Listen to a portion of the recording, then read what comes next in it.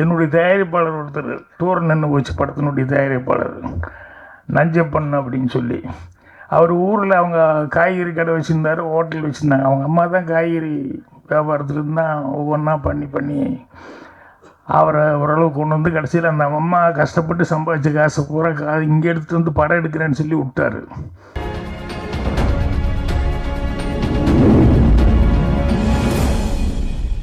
Hero heroine ஃபோட்டோலாம் இருக்கே அப்படின்னு சொல்லிட்டு ஆக்சுவலி நடிச்சிருக்கோம், அட்லீஸ்ட் அதுலேயாவது இருப்போம் அப்படின்ற மாதிரி அவங்க கேட்டுக்கிட்டதா வந்து சார் சொன்னார். உண்மை அதானான்னு தெரியல எனக்கு, அதான் உண்மையா? ஓகே. ஸோ இது மாதிரி பல சுவாரஸ்யமான நிகழ்வுகள் இந்த படத்தில் இருக்குது. ஸோ இதை பற்றி வந்து படக்குழு பேசுகிறதுக்காக இருக்காங்க. ஸோ அதுக்கு முன்னாடி நம்ம படக்குழுவையும் சிறப்பு விருந்தினரையும் மேடைக்கு அழைச்சிடலாம். இயக்குனர் எல் சுரேஷ் அவர்களை அன்போடு பேச அழைக்கிறோம். உமாபதி சார் அவர்களை பற்றி பேசணும். ஒரு மனிதனுக்கு ஒரு கனவு விதைக்கப்பட்டிருந்தா அது ஆழமாக விருட்சமாக வளர்ந்து 30 வருஷமானாலும் வரும் அப்படிங்கிறதுக்கு மிகப்பெரிய உதாரணம் வந்து உமாபதி சார். இயக்குனராக வரணும்னு நினச்சி வந்தவர் 30 வருஷமாக 35 வருஷமாக கிட்டத்தட்ட பத்திரிகை துறையில் இருந்து இன்னைக்கு தமிழ்நாட்டில் இருக்கின்ற மிக முக்கியமான பத்திரிகைகள்லாம் முதன்மை செய்தி ஆசிரியராக இருந்திருக்கிறாரு. அப்படியெல்லாம் இருந்துட்டு சினிமாவின் மீது இருந்த ஒரு தீராத தாகத்தினால் இயக்குனராக வர முயற்சி பண்ணியிருந்தார். திடீர்னு பார்த்தா ஒரு நாள் வந்து நான் தயாரிப்பாளர்னாரு. எனக்கு பயங்கர ஆச்சரியமாக இருந்தது. ஆனால் எப்படியாவது சினிமாக்குள்ளே வரணுங்கிற ஒரு வெறியும் வேகமும் இருந்தனால தான் அவர் இந்த இடத்துக்கு கொண்டு வந்து விட்டுருக்குன்னு நான் நினைக்கிறேன். ஆனால் நிச்சயமாக ஃப்யூச்சரில் ஒரு படம் எடுப்பார். அப்புறம் இன்னொரு விஷயம் என்னென்னா, தயாரிப்பாளருக்கு ரசிகர்கள் நிறையா இருக்காங்க. இவருடைய அந்த ஃப்ரண்ட் லைனுக்கு வந்து நானே கிட்டத்தட்ட ஒரு 10-15 பேர் எனக்கு ஃபோன் பண்ணி உங்கள் நண்பரான்னு கேட்டு நான் நிறையா அவருக்கு அனுப்பி விட்டுருக்குறேன். அவங்களுக்கெல்லாம் நான் சப்ஸ்கிரைப் பண்ணியிருக்கிறேங்க, நான் நிறையா பார்த்துருக்குறேங்க. டே டு டே லைஃப்பில் அவருக்கு எனக்கே பல சமயங்கள் ஆச்சரியமாக இருக்கும். என்னன்னு கேட்டால், நமக்கு உள்ளூரில் நடக்கிற விஷயமே சரியாக தெரியறது கிடையாது. பல பேருக்கு அப்படி தான் இருக்கிறோம் நம்ம. ஆனால் உலக அரசியல், அப்புறம் உலக அரசியலை நுணுக்கமாக புரிஞ்சுக்கிட்டு அதை வந்து பேசுறதுங்கிறது வந்து சாதாரண அறிவு கிடையாது. நிச்சயமாக அதுக்கு வந்து நீங்கள் இன்றைக்கி படித்தா மட்டும் போதாது.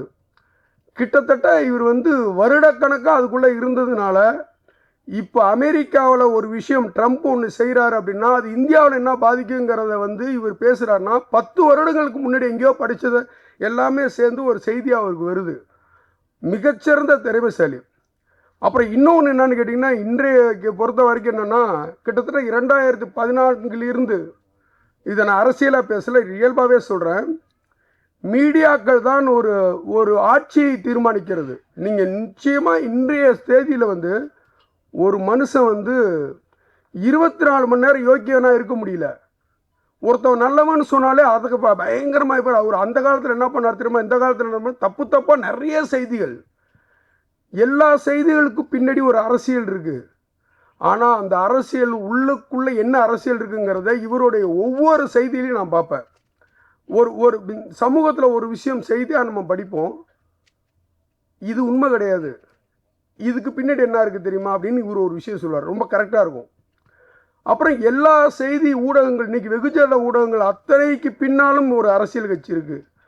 இவர்களை போன்ற ஜீவா டுடே இவராக இருக்கும், தமிழ் கேள்வியாக இருக்கும், இவங்களும் அரசியல் இருந்து, அதாவது சில இடங்களில் பிரச்சனைக்குரியதாக மாறி இவங்களோட செய்திகளை நேர்மையாக சொல்ல முடியாதனால கூட வெளியில் வந்து இவங்க ஒரு யூடியூப் சேனல் ஆரம்பித்து அது சக்ஸஸ்ஃபுல்லாக இயங்கிட்டு இருக்காங்க. இவர்களை போன்றவர்களால் தான் இன்றைக்கி உண்மை இந்த நாட்டுக்கு தெரிய வருதுன்னு நான் நம்புகிறேன். தொடர்ச்சியாக அது நடக்கும்னு நினைக்கிறேன். அதே மாதிரி வந்து இன்னொரு விஷயம் என்கிட்ட வந்து இன்றைக்கி ஒரு நண்பர் எனக்கு ஃபோன் பண்ணார். எல்லாத்தையுமே வித்தியாசமாக ஏதாவது ஒன்று பண்ணணுங்கிற மனோபாவம் ஒரு உமாபதி சார். என்ன எங்கே போகிறீங்கன்னு வேறு ஆடியோ லான்ச்சு அப்படின்னா, யார் ஆர்டிஸ்ட் யாருங்கண்ணா, ஆர்டிஸ்ட் இல்லை அப்படின்னா, ஓ நியூ ஃபேஸா, நியூ ஃபேஸும் இல்லை அப்படின்னா, அதுவே புதுசாக இருந்தது. அப்புறம் இங்கே வந்து போஸ்டரில் மட்டும் போடுறாங்க. ஆனால் நல்ல வேலை அவங்கள கூப்பிட்டு வச்சு ஒரு முகத்தை காமிச்சிட்டாங்க எல்லாருக்கும். மொத்த பாட்டிலையும் நம்ம முகத்தை தேடிக்கிட்டு இருந்தேன். ஆனால் ஜூனியர் ஆர்டிஸ்ட் நல்லா தெளிவாக தெரிகிறாங்க, ஹீரோனை காணும். அதுவே புதுசாக தான் இருந்தது. எனிவே இந்த திரைப்படம் பெரிய வெற்றி பெற்று உமாபதி சாருடைய அந்த லட்சியம் நிறைவேறி ஒரு பெரிய திரைப்பட இயக்குனராக அவருடைய ஆசை நிறைவேறுவதற்கு என்னுடைய வாழ்த்துக்களை தெரிவிச்சுக்கிறேன். நன்றி. அடுத்ததாக டிஎஸ்ஆர் சுபாஷ் அவர்கள் டிவிஜே பிரசிடென்ட் அவர்களை அன்போடு பேச அழைக்கிறோம். 13 கேரக்டர்களை வைத்து ஒரு புதுமையான ஒரு முயற்சி. உமாபதி சார் பார்த்திங்கன்னா எப்பவுமே எல்லாத்துலேயுமே ரொம்ப அவருடைய இன்வால்மெண்ட்டு அந்த எக்ஸ்ட்ரீம் போவார், எக்ஸ்ட்ரீம் விஷயத்துக்கு போவார். எல்லா விஷயத்துலையுமே எப்படி ஒரு வித்தியாசமான முயற்சிகள் இந்த திரைத்துறையில் செய்திருக்காங்களோ அந்த மாதிரி இது ஒரு முயற்சி அவர் எடுத்திருக்காரு. ஒரு நாள் நைட்டு ஒரு சம்பவம், 13 கேரக்டர்ஸு. நம்ம இதில் விஷுவலில் பார்த்ததெல்லாம் வேறு. ஸோ ஃபேஸே காட்டாத கேரக்டர்ஸ் வச்சு அப்படியே ஒரு இன்ட்ரெஸ்டிங்கான ஒரு விஷயத்தை வந்து இன்றைக்கி அவர் வந்து ஒரு ஷார்ட் டைமில் ஒரு பட்ஜெட்டில் குவாலிட்டியோட அழகான டெக்னீஷியன்ஸ் எல்லாம் வச்சு பண்ணியிருக்காரு. நண்பர் விவேகா பண்ணுறவங்களாம் அவருக்கு பெரிய லெவலில் சப்போர்ட் பண்ணியிருக்காங்க. இதில் என்ன ஒரு விஷயம்னா,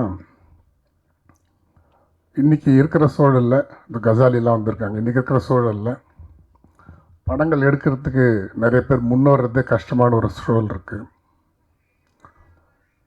அதே மாதிரி நம்மளுடைய பத்திரிக்கையாளர் நம்ம வீடியோ எல்லாருக்கும் நான் ஒரு ரெக்வஸ்ட் வச்சுக்கிறேன். இந்த மாதிரியான சிறிய படங்களுக்கு நல்ல எல்லாருமே சப்போர்ட் பண்ணணும்.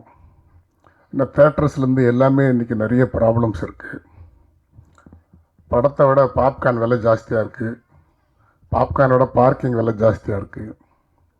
இந்த சூழலில் வந்து ஒருத்தர் படம் பண்ணி வர்றதே ரொம்ப சிரமமாக இருக்குது, ரொம்ப கஷ்டமாக இருக்குது. இன்றைக்கி இப்படி ஒரு முயற்சி எடுத்து Umapathi sir, doctor Thanikasu sir, Panruti Ramesh sir உட்பட இவங்க எல்லாரும் சேர்ந்து ஒரு முயற்சி எடுத்திருக்காங்க. இந்த மாதிரி படங்கள் வந்து நல்லா வரணும்.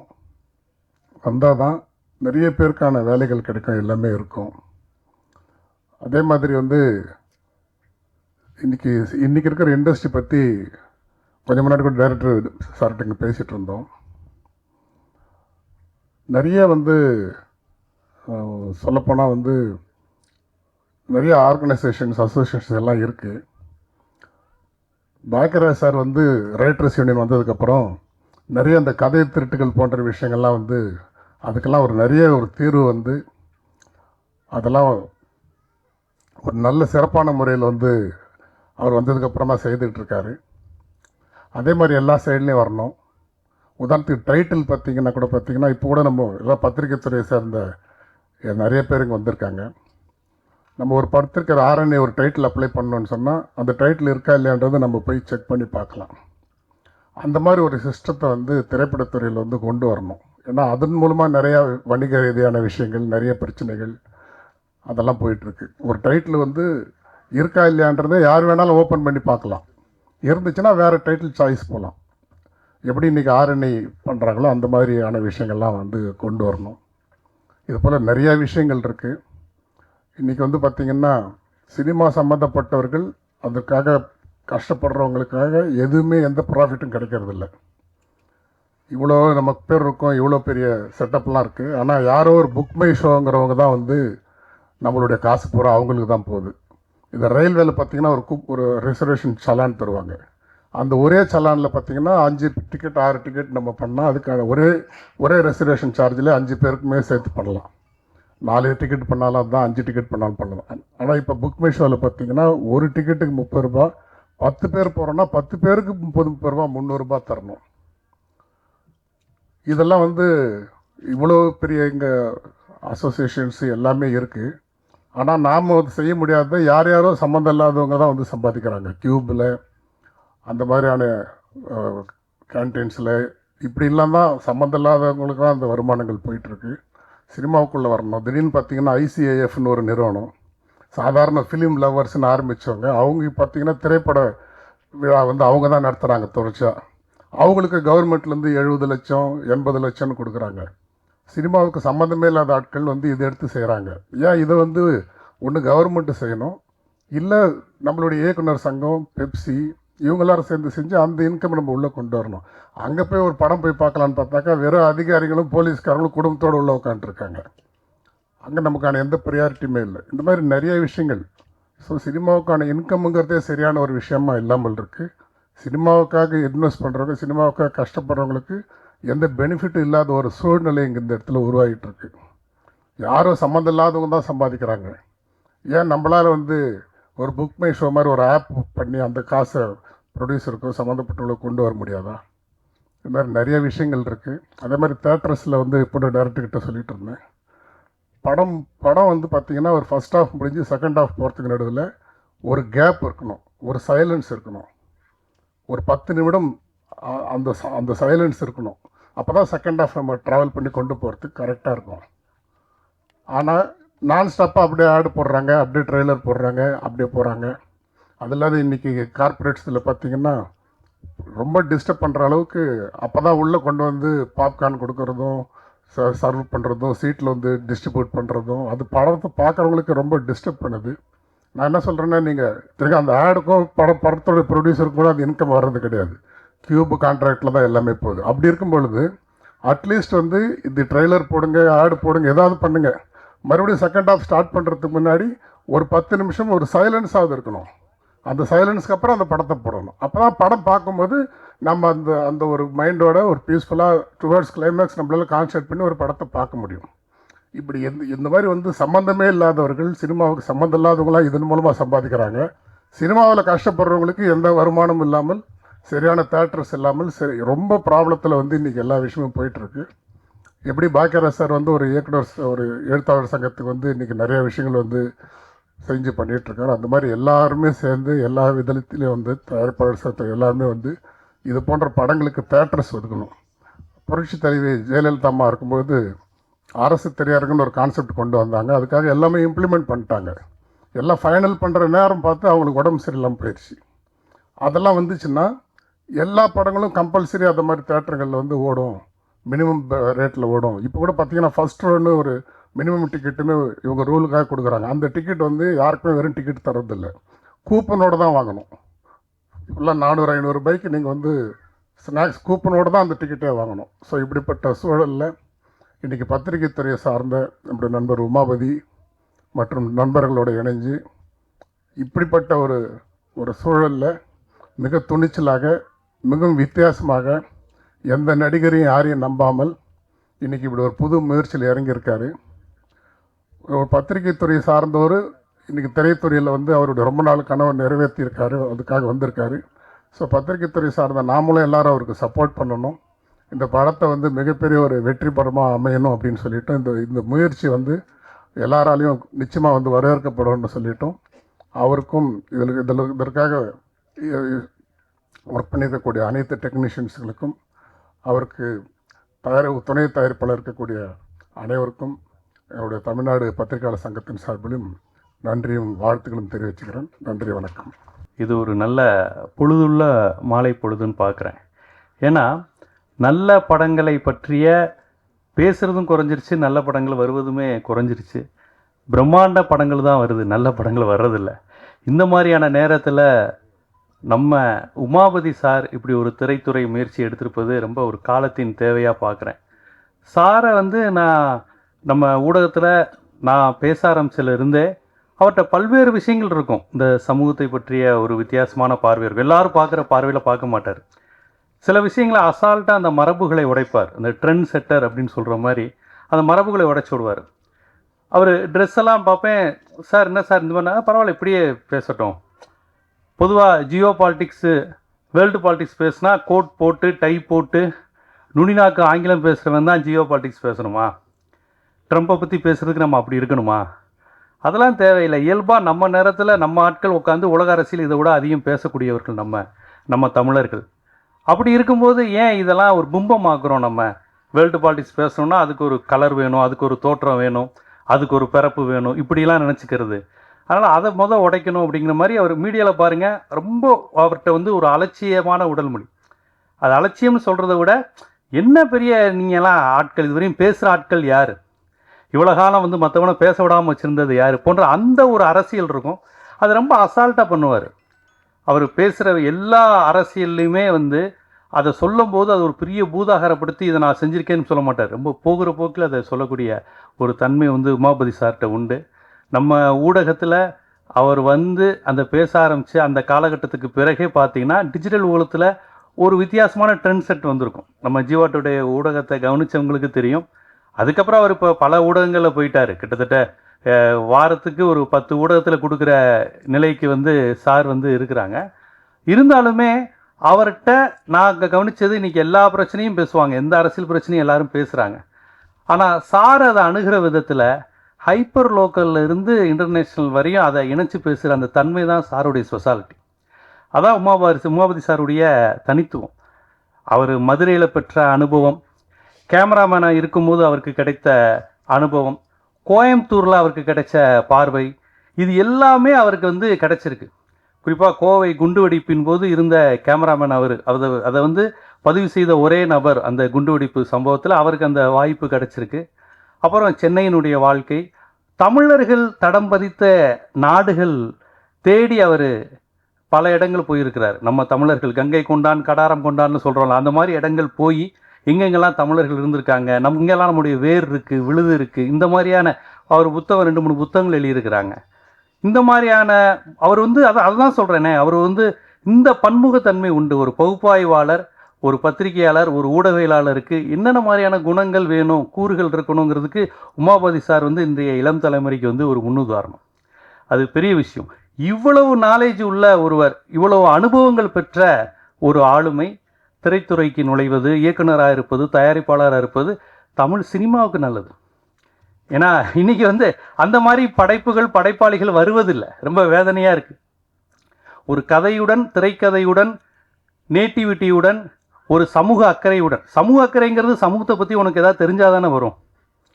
இந்த சாதி அமைப்பை பற்றியோ, குடும்ப அமைப்பு பற்றியோ, ஆணாதிக்கத்தை பற்றியோ உனக்கு எதாவது தெரிஞ்சிருந்தால் தானே அதை பற்றி பாசிட்டிவாகவும் நெகட்டிவாகவும் படம் எடுப்பேன். இன்றைக்கி அது எதுவுமே தெரியாமல் தானே படம் எடுக்கிற. கொரியன் படத்தை பார்த்துட்டும் அமெரிக்கன் படத்தை பார்த்தும் டெக்னாலஜிங்கிற கான்செப்டில் தான் எடுக்கிறதுனால தான் பிரம்மாண்டமான படங்கள் விழுந்துருது. பார்க்குறவனுக்கும் அரசியல் உணர்வு இல்லை, சமூக உணர்வு இல்லை, எடுக்கிறவனுக்கும் இல்லைன்னா என்னாகும், நம்ம சமூகம் என்னாகும்? திரைப்படங்கள் இப்படியே போய்கிட்டு இருந்தா. இந்த நிலையில் உமாபதி சார் மாதிரி நம்ம மண் சார்ந்து எடுக்கக்கூடியவர், உலக அரசியல் பார்வையுடையவர், சமூகத்தின் மீது அக்கறை கொண்ட இவரை போன்ற ஆளுமைகள் திரைப்படம் எடுப்பதை நான் உண்மையில் வரவேற்க தகுந்த விஷயமா பார்க்குறேன். அவருடைய வெற்றியை என்னுடைய வெற்றியாக நான் மனசார நினைக்கிறேன். இது நம்முடைய வெற்றி, தமிழ் சமூகத்தின் வெற்றியாக பார்க்குறேன். டிபேட்ஸ்லலாம் இப்போ அதிகமாக இவரை பார்க்குறோம். அப்படியே அமைதியாக அப்சர்வ் பண்ணிட்டே இருப்பார், எல்லாரும் பேசுகிறத ஃபோன் பார்ப்பார், என்ன பேச போகிறாருன்னு யோசிச்சிட்டே இருக்கும்போது டக்குன்னு வந்து அப்படியே அனல் பறக்க பேசி ஆப்போனண்ட்டை கதிகலங்க வச்சிடுறாரு. ரொம்ப நாளாக ஃபாலோ பண்ணிகிட்டு இருக்கோம். பத்திரிகையாளர் செந்தில்வேல் அவர்களை அன்போடு பேச அழைக்கிறோம். நிச்சயமாக அதில் நம்முடைய கே பாக்கியராஜ் அவர்களை தவிர்த்து விட்டு பட்டியலிடவே முடியாது. ஸோ அவர் இந்த மேடையில் இருக்கின்ற பொழுது அவரை நான் முதலில் அவருக்கு என்னுடைய வணக்கத்தை சொல்லி தொடங்குறது தான் மரியாதையாக இருக்கும். ஸோ பாக்கியராஜ் சார் அவர்களுக்கும், மேடையில் இருக்கக்கூடிய அத்துணை ஆளுமைகளுக்கும், மேடையின் முன்னால் அமர்ந்திருக்கக்கூடிய தோழர்கள், குறிப்பாக ஊடகத்துறை நண்பர்கள், யூடியூப் நண்பர்கள் அனைவருக்கும் என்னுடைய இனிய மாலை வணக்கம். ஸோ உமாபதி சாரை பற்றி எல்லாரும் பேசினாங்க. எம்ஜிஆருக்கு அப்புறம் தொப்பியால் பிரபலமானவர்கள் அவரும் ஒருத்தர் நினைக்கிறேன். ஸோ வந்து எங்கள் ஆஃபீஸில், சாரி சார் ரொம்ப கலவைக்கலாம் சொல்ல, எங்கள் ஆஃபீஸில் எங்கள் ஸ்டாஃப் வந்து டக்குனு உங்கள் பேரை மறந்துட்டாங்க, சார் அந்த தொப்பிக்காரரை கூப்பிடுங்க சார், அவர் தான் இதை சூப்பராக பேசுவாங்க சார் அப்படிம்பாங்க. ஸோ அந்த அளவிற்கு பலவற்றையும் பேசக்கூடியவர். ஸோ இன்றைக்கு அவர் தயாரிப்பாளராக அவதாரம் எடுத்திருப்பது அப்படிங்கிறது எங்களுக்கு ரொம்ப மகிழ்ச்சி. ஏன்னா நாங்களே அந்த இடத்துல நிற்கிற மாதிரி ஒரு சக ஊடகவியலாளனாக நான் ஒவ்வொருத்தரும் வெற்றி பெற்ற மாதிரி எங்களுக்கு ஒரு மகிழ்ச்சி. அதே மாதிரி நண்பர் இயக்குனர் கிருஷ்ணவேல் அவர்கள் ஸோ கருஞ்சட்டையோடு வந்திருக்கிறார். நான் அதுக்குள்ளே அப்புறமா வர்றேன். அதுக்கு முன்பாக நான் 2 பேரை பாராட்டணும்னா கதாநாயகனையும் கதாநாயகியும். நீங்கள் ஒரு படத்தில் கதாநாயகனும் கதாநாயகியும் சம்பளம் ஊதியத்தை எல்லாம் தாண்டி அவங்க விரும்புவது அவர்களுக்கான வெளிச்சம், அவர்களுக்கான அடையாளம், அவர்களுக்கான கைத்தட்டு, அவங்க முகம் வெளியில் தெரியணும். அதையே மறைச்சி வச்சுருக்காங்க அப்படின்னு சொன்னால் அதற்கு அவர்கள் சம்மதித்திருக்கிறார்கள்வா உள்ளபடி அந்த மனசுக்கு, சகோதரனுக்கும் சகோதரிக்கும் என்னுடைய உளப்பூர்வமான பாராட்டுகள். உண்மையிலே அதுக்கு ஒரு பெரிய மனசு வேணுங்க. அடையாளம் நீங்கள் வந்து இப்போ எங்களை டிவியில் கூப்பிட்றாங்க, மாஸ்க் போட்டுகிட்டே பேசுங்க சார்னா யார் போவான்? எங்கே வர்றதே அதுக்கு இல்லையா? இப்போ யதார்த்தம் நம்ம முகம் தெரியணும். ஸோ அதை நீங்கள் வந்து அந்த பண்ணியிருக்கிறீங்க. நான் இந்த படத்தோட ட்ரெய்லரில் பார்க்கின்ற பொழுது ஒன்று புரிஞ்சுக்கிட்டேன். நோ மீன்ஸ் நோ அப்படின்னு முன்னாடி ஒன்று சொன்னாங்க. அதுதான் படத்துடைய கிட்டப்பட்ட கதையாக இருக்கும் நான் யூகிக்கிறேன். நீங்கள் தமிழ் ஊடகத்தில் முன்னாடிலாம் ஒரு வார்த்தை வரும், இளம்பெண் கற்பழிப்பு அப்படின்னு ஒரு வார்த்தை வரும். அது எப்படி அழிப்பீங்க? நீங்கள் யோசிச்சு பாருங்க. ஒரு ஆணினுடைய அயோக்கியத்தனம், ஒரு ஆணினுடைய வக்கிரம், ஒரு ஆணினுடைய பாலியல் வக்கிரத்திற்கு அவன் வல்லுறவு செய்கிறான் ஒரு பொண்ணை. ஆனால் அங்கே கற்பிழந்தவளாக யாரை பத்திரிகைகள் சித்தரித்தன அப்படின்னா ஒரு பொண்ணை தான் வந்து இவன் பண்ண அக்கிரமத்துக்கு ஒரு பொண்ணு கற்பிழந்தவள். இதை வந்து பெரியாரிய சிந்தனையாளர்கள் தொடர்ந்து கேள்வி எழுப்பினோம். அது எப்படி ஒரு ஆணோட அயோக்கியத்தனத்துக்கு அவளை கற்பிழந்தவளாக நீ சொல்லலாம், அந்த வார்த்தையை முதல்ல மாற்றணும் என்று சொல்லுகின்ற பொழுது இன்றைக்கு தமிழ் ஊடகங்கள் அனைத்தும் பாலியல் வல்லுறவு என்ற வார்த்தையை பயன்படுத்த தொடங்கி இருக்கிறார்கள் என்று சொன்னால் இது தமிழ்நாட்டிற்கும் தமிழ் சமூகத்திற்கும் பெரியாரிய பார்வைக்கும் கிடைத்த வெற்றி. அதைத்தான் அந்த படம் பேசுவதாக நான் நினைக்கிறேன். ஒரு பொண்ணு காதலிக்கிறா, காதலிக்கின்ற பொழுது அவள் வந்து அவருடைய காதலனோடு அவள் தனிமையில் இருக்கிறாள். அதன் பிறகு அவள் காதலன் மிரட்டுறதாகத்தான் அந்த ட்ரெய்லர், அந்த பாடல் எனக்கு புரிகிறது. ஸோ அதுவே அது எப்படி துரோகமாக மாறும், அது எப்படி கற்பிழந்ததாக மாறும் என்று கேட்கக்கூடிய அந்த கதை அப்படிங்கிறது. ஸோ அது கருஞ்சட்டையினுடைய சிந்தனை, அதை வெளிப்படுத்தியிருக்கிறார்கள் அப்படிங்கிறது எனக்கு மகிழ்ச்சி. அப்புறம் அதை பேசுகின்ற பொழுது கண்டிப்பாக இன்னொன்று பேசி ஆகணும். நம்முடைய ஐயா அவர் இல்லை, மருத்துவர் தணிகாசலம் அவர்கள் பேசுகின்ற பொழுது நிறைய படத்துக்கு பேர் யோசித்தோம், டைட்டில் யார் அந்த சார்னு கூட யோசித்தோம் அப்படின்னு சொன்ன உடனே நண்பர் சுபாஷ் கூட சொன்னார், தலைப்பையும் காணும் சாரையும் காணுன்னு. சார் இல்லாததை தேர்னா கிடைக்காது, அதை கண்டுபிடிச்சு கோர்ட்டே சொல்லிடுச்சு தெளிவா. நமக்கு அது இருந்தால் நல்லா இருக்கும்னு ஆசைப்பட்டால் அதுக்கு யாரும் ஒன்றும் பண்ண முடியாது. நான் வேணா அந்த படத்துக்கு இன்னொரு தலைப்பை சொல்கிறேன், யார் அந்த தாத்தான்னு நான் புதிய தலைமுறையில் ஒரு கேள்வி கேட்டேன்.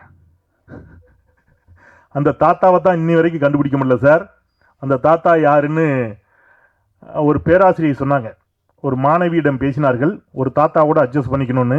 நீங்கள் வேணால் அடுத்த முறை படம் எடுக்கும்போது யார் அந்த தாத்தான்னு வைங்க, தாத்தாவை தான் இன்னி வரைக்கும் காணலை. சாரை கண்டுபிடிச்சிட்டாங்க, அவருக்கு 30 ஆண்டு நீதிமன்றம் சிறை தண்டனையும் கொடுத்து விட்டது அப்படிங்கிறதையும் சொல்லிட்டு, ஸோ பெண்கள் சார்ந்து பெண் என்ன நான் ஓகே தாத்தா எங்கே இருக்காருன்னு தெரியல, நான் சொன்னேன் தாத்தா இருக்கிறாருன்னு அவங்க சொல்கிறாங்க, தெரில. ஓகே அவர் தான் அந்த தாத்தாவா தெரில, ஓகே இருக்கட்டும். பட்டு இந்த மாதிரியான படங்கள் ஒரு ஒரு சிறிய பட்ஜெட்டில் அல்லது புதிய முகங்களோடு வரக்கூடிய படங்கள் பேசுகின்ற அதனுடைய பேசு பொருளுக்காக தமிழ்நாட்டில் நிச்சயம் வெற்றி பெற்றிருக்கிறது. நீங்கள் காக்கா முட்டை அப்படி ஒரு பெரிய வெற்றியை பெற்றுச்சு. சமீபத்தில் டூரிஸ்ட் ஃபேமிலி ஒரு பெரிய வெற்றி. நீங்கள் வந்து மஞ்சுமல் பாய்ஸே தமிழ்நாடு கொண்டாடியது. அதனால வந்து மிகப்பெரிய நடிகர்கள் நடித்த படம் தான் வெற்றி பெறும் அல்லது பெரிய பட்ஜெட்டில் அப்படிலாம் இல்லை.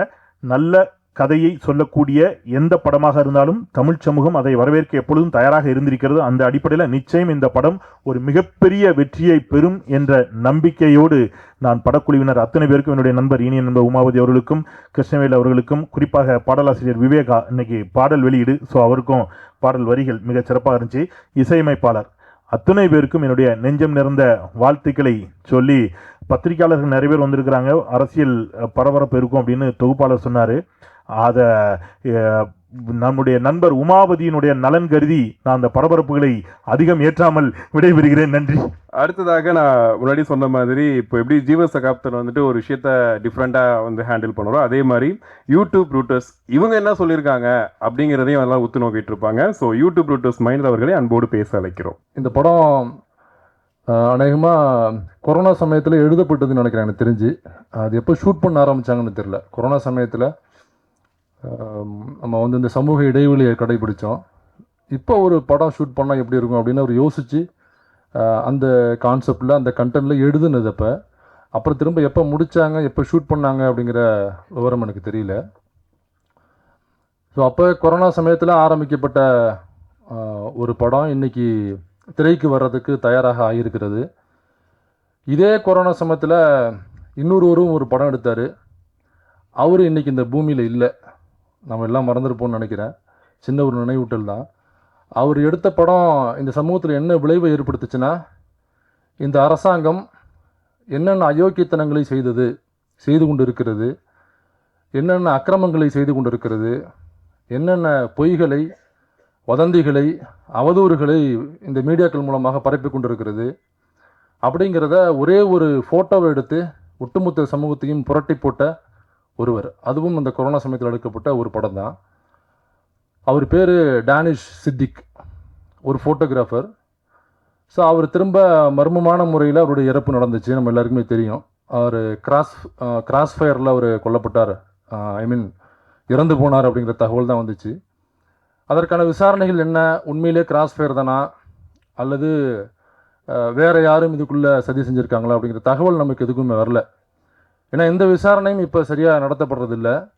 நமக்கே தெரியும், ஃப்ளைட் கிராஷ் ஆணுச்சு, 241 பேர்னு நினைக்கிறேன் இல்லைங்களா, ஒரே ஒருத்தர் மட்டும்தான் தப்பிச்சிருக்காரு. இப்போ 241 பேர் ஒரே ஒரு ஃப்ளைட் கிராஷ் இறந்துருக்காங்க. எனக்கு தெரிஞ்சு ஒட்டுமொத்த இந்தியாவிலையுமே இதுதான் மிகப்பெரிய ஒரு மாசான ஒரு சம்பவம்னு நினைக்கிறேன். இவ்வளவு எண்ணிக்கையில் ஒரே ஒரு ஆக்சிடெண்ட்டில் இவ்வளவு இறப்புகள் அப்படிங்கிறது. இப்போ 241 பேர் ஒரே ஒரு இந்த ஃப்ளைட் கிராஷ் இறந்து போயிருக்காங்கனாக்கா, இதில் அதுக்கு முன்னாடி சில வீடியோக்கள் வேறு வைரல் ஆச்சு. சரியாக உள்ள அந்த ஏசி ஒர்க் ஆகலை, தொழில்நுட்ப கோளாறுகள் அதிகமாக இருக்குது அப்படின்னு சொல்லிட்டு உள்ளேருந்தே வீடியோ ஜஸ்ட் பிஃபோர் ஒருத்தர் அங்கே வீடியோ போஸ்ட் பண்ணது நமக்கு வந்துருந்துச்சு. எப்படி உள்ள உண்மையிலேயே அது விபத்து தானா அல்லது இதில் வேறு எதுவும் சதிகள் இருக்கா அப்படிங்கிற இந்த விசாரணை சரியாக போகுமா அப்படிங்கிறது நமக்கு தெரியாது. இப்படி பல சம்பவங்கள் நடந்துக்கிட்டு இருக்குது. ஆனால் இது யாருமே கேள்வி எழுப்ப மாட்டாங்க. நல்லா நடிக்கிறாங்க அப்படின்னாக்கா திரும்ப திரும்ப நிறைய வாய்ப்புகள் கொடுக்கலாம், அதிகமான சம்பளங்கள் அவங்க பெறலாம். அதை தாண்டி நல்லா நடிக்கிறாங்க அப்படிங்கிறதுக்காக நாட்டை தூக்கி கையில் கொடுக்க முடியாதுல்ல. ஸோ அப்படி நாட்டை ஆள வேண்டும் அப்படின்னு ஆசைப்பட்றாங்கனாக்கா இதெல்லாம் அவங்க கேள்வி கேட்கணும்.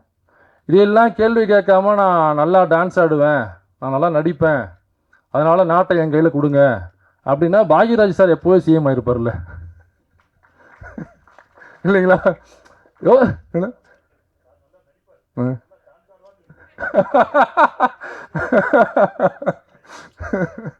அதனால் நல்லா நடிக்கிறதுக்காகவும் நல்லா டான்ஸ் ஆடுறாங்க அப்படிங்கிறதுக்காகவும் நாட்டை தூக்கி நம்ம கையில் கொடுத்துட முடியாது என்பது பாக்யராஜ் சாருக்கு நன்றாக தெரியும்.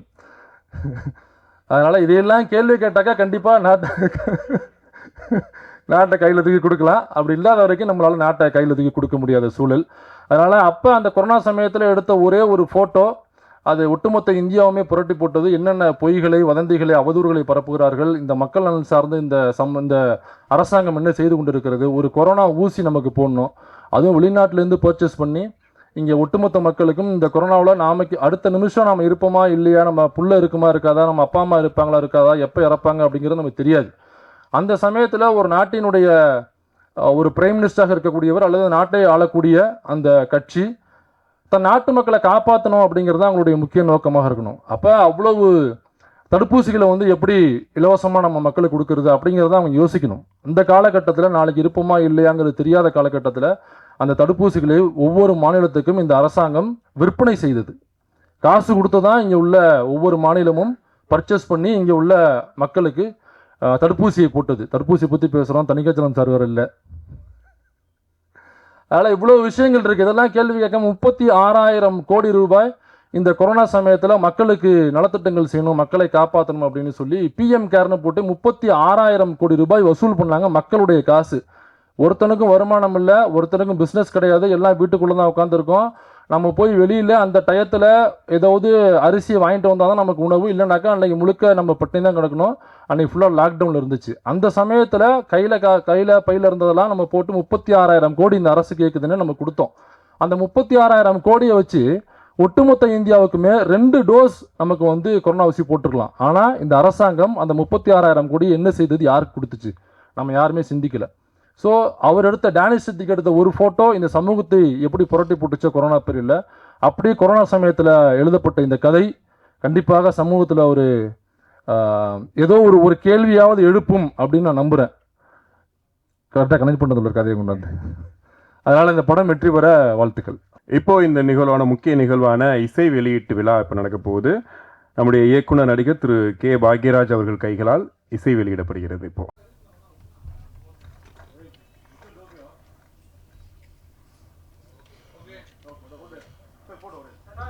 இந்த படத்தோட இசையமைப்பாளர் ஹேமந்த் ஸ்ரீனிவாசன் அவர்களை அன்போடு பேச அழைக்கிறோம். ஆக்சுவலாக இந்த பாட்டு ஒர்க் பண்ணது இந்த படத்தோட கதாநாயகி எப்படி இந்த காதல் கோட்டை மாதிரி முகம் தெரியாமல் நமக்கு தெரியாமல் பண்ணாங்களோ அது மாதிரி தான் நானும் பாடலாசிரியரும் பணிபுரிந்திருக்கிறோம். ஸோ அவர் எழுதி கொடுத்த ஒரு பாடலுக்கு தயாரிப்பாளர் இசையமைக்க அணுகி, ஸோ அவர் இந்த பாடலோட வடிவம், இசை வடிவம் எப்படி இருக்குன்னு தெரியாமலே ஒரு பாட்டுக்கு நாங்கள் 2 பேரும் சேர்ந்து, மேபி பிகாஸ் வி ஸ்டார்டட் அந்த கொரோனா டைமில் ஆரம்பித்ததுனால இருக்கலாம். அப்படி தான் அந்த பாட்டு ஒர்க் பண்ணோம். ஸோ அது எனக்கு கொஞ்சம் கன்சர்ன் இருந்துகிட்டே இருந்தது. ஒரு பாட்டு எழுதினவருக்கு நம்ம போட்ட மியூசிக்கு அது பிடிச்சிருக்குமா அப்படின்னா asked him, he said yeah it's he liked it. So அது மாதிரி தான் எல்லாருக்கும் இருந்திருக்கும்னு நினைக்கிறேன். Because I couldn't have any reactions. ஒரு ஹும் கூட இல்லை. பாட்டை கேட்டுட்டு எல்லாமே சைலண்ட்டாக இருந்த மாதிரி இருந்தது. Hope you like it. எனக்கு வந்து சில விஷுவல்ஸ் காமிச்சார் தயாரிப்பாளர் உமாபதி. ஸோ இந்த பாட்டு வந்து இட் ஸ்டார்ட்ஸ் ஒரு ஒரு டாப் ஆங்கிளில் இருக்கும். இந்த மாதிரி ஒரு சீனிக் லொக்கேஷன்ஸில் இருக்கும். அப்புறம் இடையில வந்து அந்த கேரளாவில் இருக்கிற அந்த கல்ச்சுரல் எலிமெண்ட்ஸ் இருக்கும். போட்டில் போகிற மாதிரி இருக்கும். ஹீரோ ஹீரோயின் முகம் பார்க்காம அது மாதிரி இருக்குன்ற மாதிரி இருந்தது. பட் சில ஸ்டில்ஸ் மட்டும் நான் பார்த்துருந்தேன். பாட்டோட விஷுவல்ஸ் வந்து ஃபுல்லாக அந்த வீடியோ நான் பார்க்கல. பட் இன்னைக்கு வந்து இந்த பாட்டோட அந்த விஷுவல்ஸ் பார்க்கும்போது எனக்கு உண்மையில் ரொம்ப சந்தோஷமாக இருந்தது. ஸோ இவ்வளோ அழகாக நம்ம பண்ண ஒர்க்கை வந்து விஷுவலாக ப்ரெசென்ட் பண்ண டைரக்டர் கிருஷ்ணவேல் அவர்களுக்கும் சினிமாட்டோகிராஃபர் அவர்களுக்கும் முகத்தை காட்டாமல் இதில் பணிபுரிந்திருக்கும் கதாநாயகன் கதாநாயகிக்கும் இன்னும் இந்த பாடலை மிகச்சிறப்பாக உருவாக்கி கொடுத்திருக்கோம் பின்னணியிலிருந்து உழைத்த அத்தனை பின்னணி முன்னணி நாயகர்களுக்கும் மிக்க நன்றி. எனக்கு ஒரு சின்ன கௌரவம் கிடைச்சது. I didn't expect that. ஒரு திரைக்கதை ஜாம்பவான் கையிலிருந்து எனக்கு ஒரு சின்ன வாழ்த்து கிடைச்சது. எனக்கு ரொம்ப சந்தோஷமாக இருந்தது. சாதாரண கையை அது இல்லையா, எத்தனை ஸ்கிரிப்டில் எழுதியிருக்கும். நம்ம கைவலிக்க கை தட்டின எத்தனையோ திரைக்கதைகள் வசனங்கள் அவர் கையிலிருந்து வந்திருக்கு. அதிலிருந்து ஒரு சின்ன வாழ்த்து எனக்கு கிடைச்சிது. எனக்கு ஆக்சுவலாக திரைக்கதை எழுதுவதிலும் பெரும் ஆர்வம் உண்டு. ஸோ அதுக்கும் சேர்த்து இந்த வாழ்த்து உங்களிடமிருந்து கிடைத்ததாக நானே எண்ணிக்கொள்கிறேன். வருகை தந்து சிறப்பித்தமைக்கும் பாடலை அமைதியாக கண்டு கழித்தமைக்கும் மிக்க நன்றி. தேங்க்யூ. செந்தில்வேல் சார் சொன்ன மாதிரி நீங்கள் மட்டும்தான் எனக்கு தெரிஞ்சு கருப்பு சட்டை போடலன்னு நினைக்கிறேன். பட டீமே கருப்பில் தான் வந்திருக்கு இன்னைக்கு. ட்ரெஸ் கோட் மாதிரி. கிருஷ்ணவேல் சார் நான் சேர்த்துக்க மாட்டேன். சார் எப்போவுமே கருப்பு சட்டையில் தான் இருப்பார். ஸோ அடுத்ததாக ஒரு படத்தை திரும்ப திரும்ப பார்க்கணும். எத்தனை வாட்டி பார்த்தாலும் அந்த காட்சியோ அந்த படமோ நமக்கு சலிக்கக்கூடாது அப்படின்னா திரைக்கதை ரொம்ப நேர்த்தியாக இருக்கணும், காட்சிகள் ரொம்ப நேர்த்தியாக எடுக்கணும் அப்படின்னு சொல்லுவாங்க. இன்னைக்கு திரைக்கதை பண்ணுவது எப்படி அப்படின்ற ஒரு புத்தகத்தை போய் படிக்கிறத விட இவரோட படங்களை பார்த்துடலாம். ஸோ அந்த அளவுக்கு யதார்த்தமான கதாபாத்திரங்கள், யதார்த்தமான கதை தேர்வு. ஆனால் திரைக்கதையில் அந்த படத்தை பார்க்குற அந்த ஃபீலுகள் நம்மளும் படத்தோடு ஓடிட்டு இருப்போம். சின்ன வீடுலாம் நான் பெரிய ஃபேனு.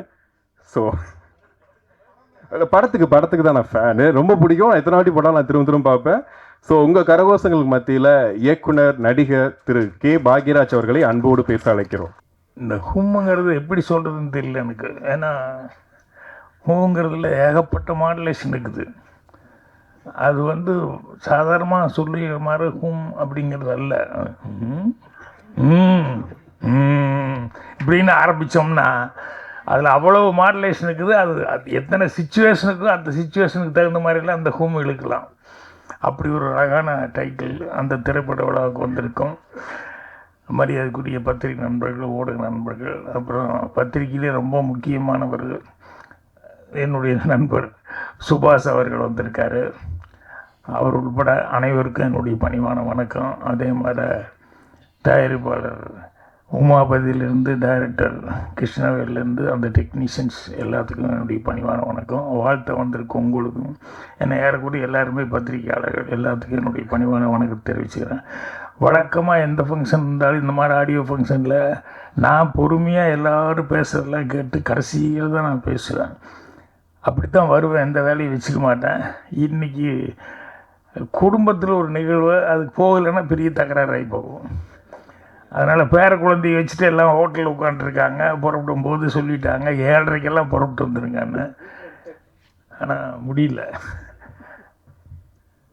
ஸோ அதனால தான் நான் கொஞ்சம் முன்னால் பேச வேண்டி வந்துடுச்சு.